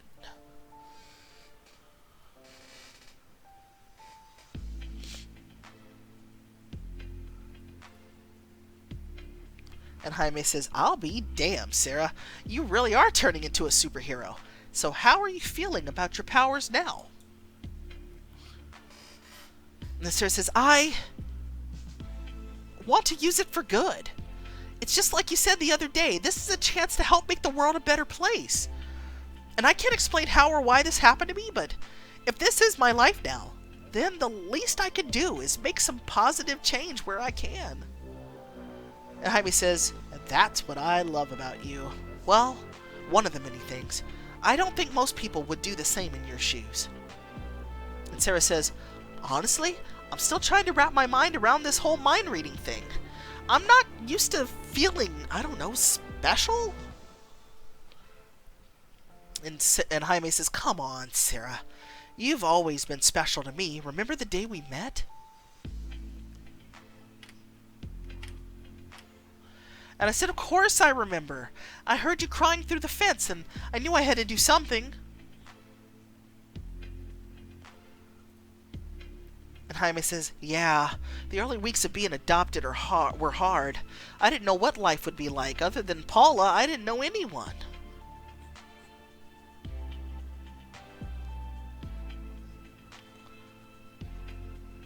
But then this little girl called out through the fence and asked if I wanted to share an ice cream bar. And I was definitely not expecting you to just chuck it over the fence, or that you would climb the deck furniture in your yard to jump the fence. And Sarah says, listen, the day was hot and the ice cream bars were melting in their wrappers. I couldn't waste time running around to the gate. And Jaime says, no ice cream in my life has ever tasted that good. And he reaches across the table and squeezes your hand. And he says, your powers aren't what set you apart. It's who you are as a person that makes you so amazing.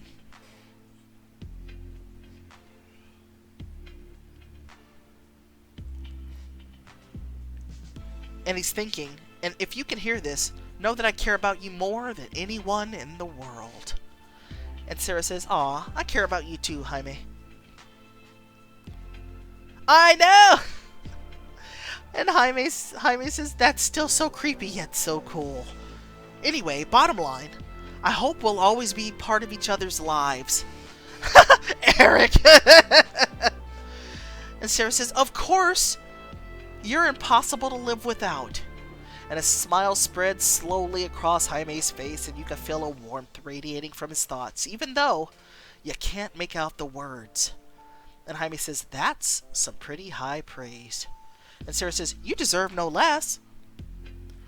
And you lock eyes for a long moment, and your heart begins to beat just a little faster.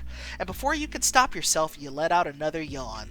And Jaime says, oh, sorry, am I boring you?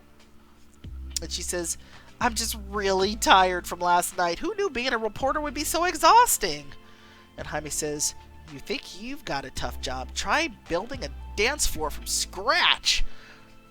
And so she says, okay, one, that's no issue for you, Mr. Dancy Freelancy. Mr. Dancy Freelancy, I love it. That's a good one. But two, tell me about this floor. Jaime says, I took on a design commission from a young couple. I'm giving them the wedding reception of their dreams. And they booked a nice location, but the venue was pretty bare. So I'm helping them spruce it up for the big day tomorrow. Practically my brother was the right answer. Nope. Nope. He's not. He's not like a brother to me.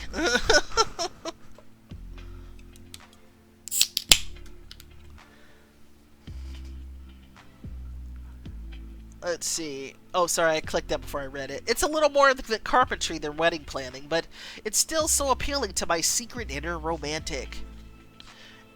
And Sarah says, you're telling me the Jaime I know has, unbeknownst to me, had a soft heart all this time? I'll believe it when I see it.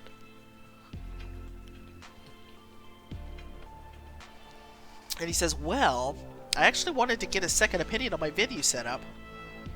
And I could use a hand testing out some of the stuff. How'd you like to check it out with me? I'd love to have you there. Heck yeah! I was made for this.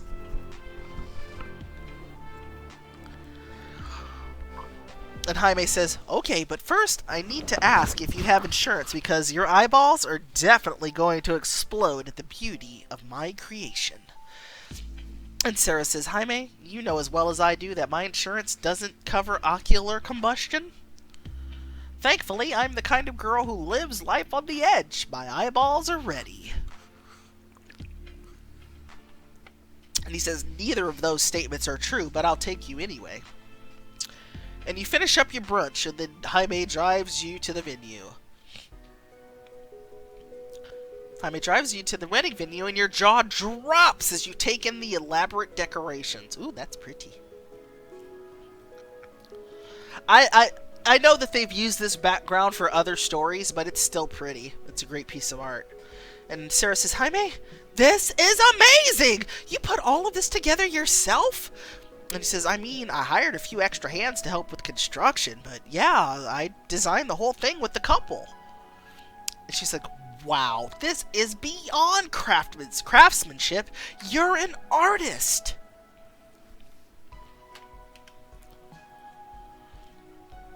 And Jaime says, she likes it. I should be used to Sarah's praise by now, but... And there's a tingle to his thoughts, and you give him a knowing smile. And Jaime says, I wasn't sure if the light bulbs were a bit too much. The couple liked them a lot, but... No way, Sarah says. They're perfect. This whole thing is perfect. Your eye for design also perfect. I hope you... You know what? I hope you didn't wear yourself out. And she says, he says, do these muscles look like they get worn out? And he stretches his arms and flexes in an exaggerated manner. And she says, Jaime, I swear on everything I believe in, if you kiss your bicep, we're not friends anymore. And he says, what? You can't handle these babies? And Sarah says, please, the machismo you're radiating right now is suffocating. And Jaime says, just remember that all my favorite movies are rom-coms, and I openly weep when I look at pictures of baby hedgehogs. And Sarah says, whew, there's the Jaime I know. For real though. Your setup is amazing. I'm more in awe of you than ever, which is saying a lot. And he says, I'm glad you think so. I take pride in my work, and hey, if it benefits other people, all the better. And Sarah says, You've always had such a generous streak. I really admire that about you. And he says, I feel extremely lucky to have grown up surrounded by supportive people, and I want to give that back. Maybe it's a side effect of being adopted, but I see my community as a family. Helping out wherever I can is my way of showing my love. But at the end of the day, I get a lot of fulfillment out of designing and building things. It's my form of self-expression. And so Sarah says, are you sure it's not just because you love weddings? And he says, well, the two aren't mutually exclusive. And so Sarah says, tell me about your dream wedding. And Jaime says, why are you taking notes? And Sarah says, just curious, come on, indulge me.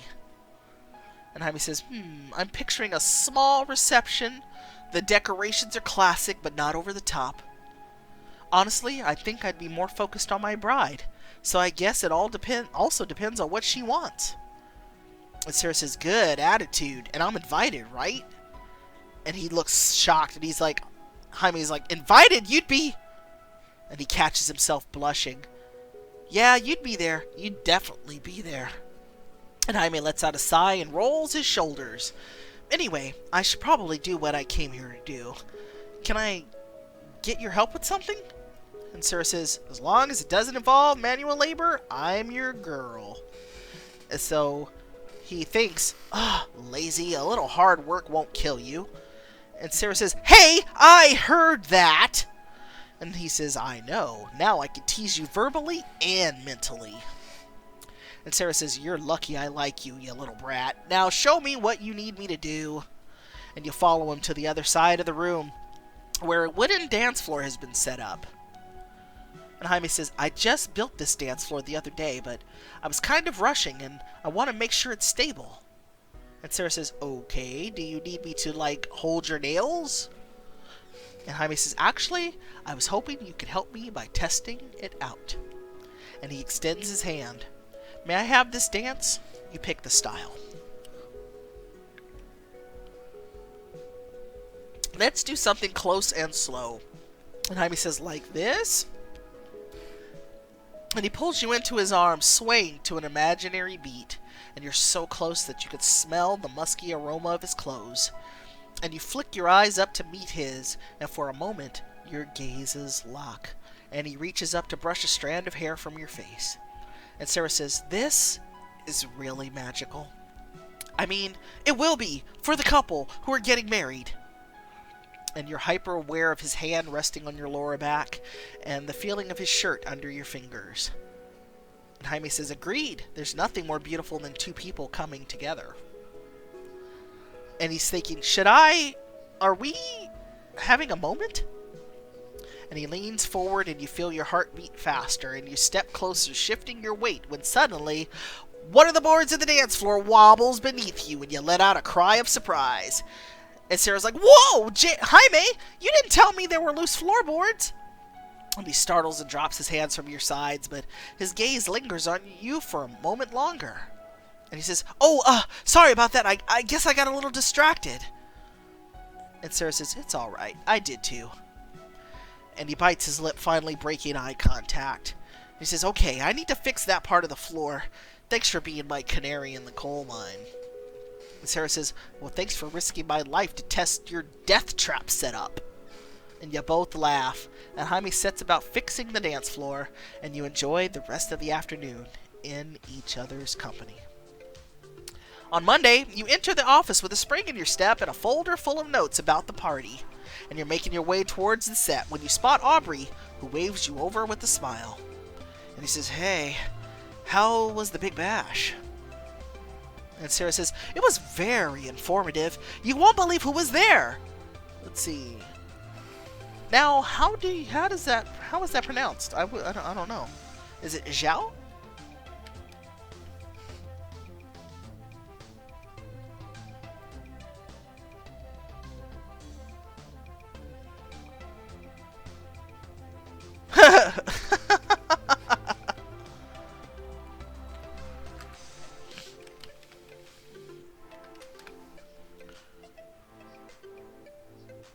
Let's see.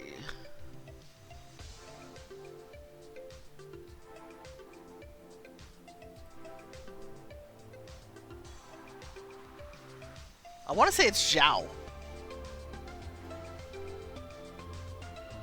I'm not 100% on that. Trey, Sheldon, and Alex like, look alive, people! If I see so much as one person not fully engaged in work, I'll personally escort you to the unemployment office. As Alex's voice thunders from across the set, Aubrey leans in and speaks in a low voice. And Aubrey says, one of our guests canceled today. Just canceled last minute. One of our guests today just canceled last minute. This whole studio is in a frenzy, and Alec is pretty on edge. And Sarah says, or more than usual anyway? And Aubrey says, yeah, but after things calm down, promise you'll fill me in on the party I really want to hear about. And the entire set goes pitch black, and you hear the crashing noise of objects being knocked over and screaming. And Alex says, what the hell? And Tony says, we're all gonna die! And June says, please, not like this, I don't want to die at work!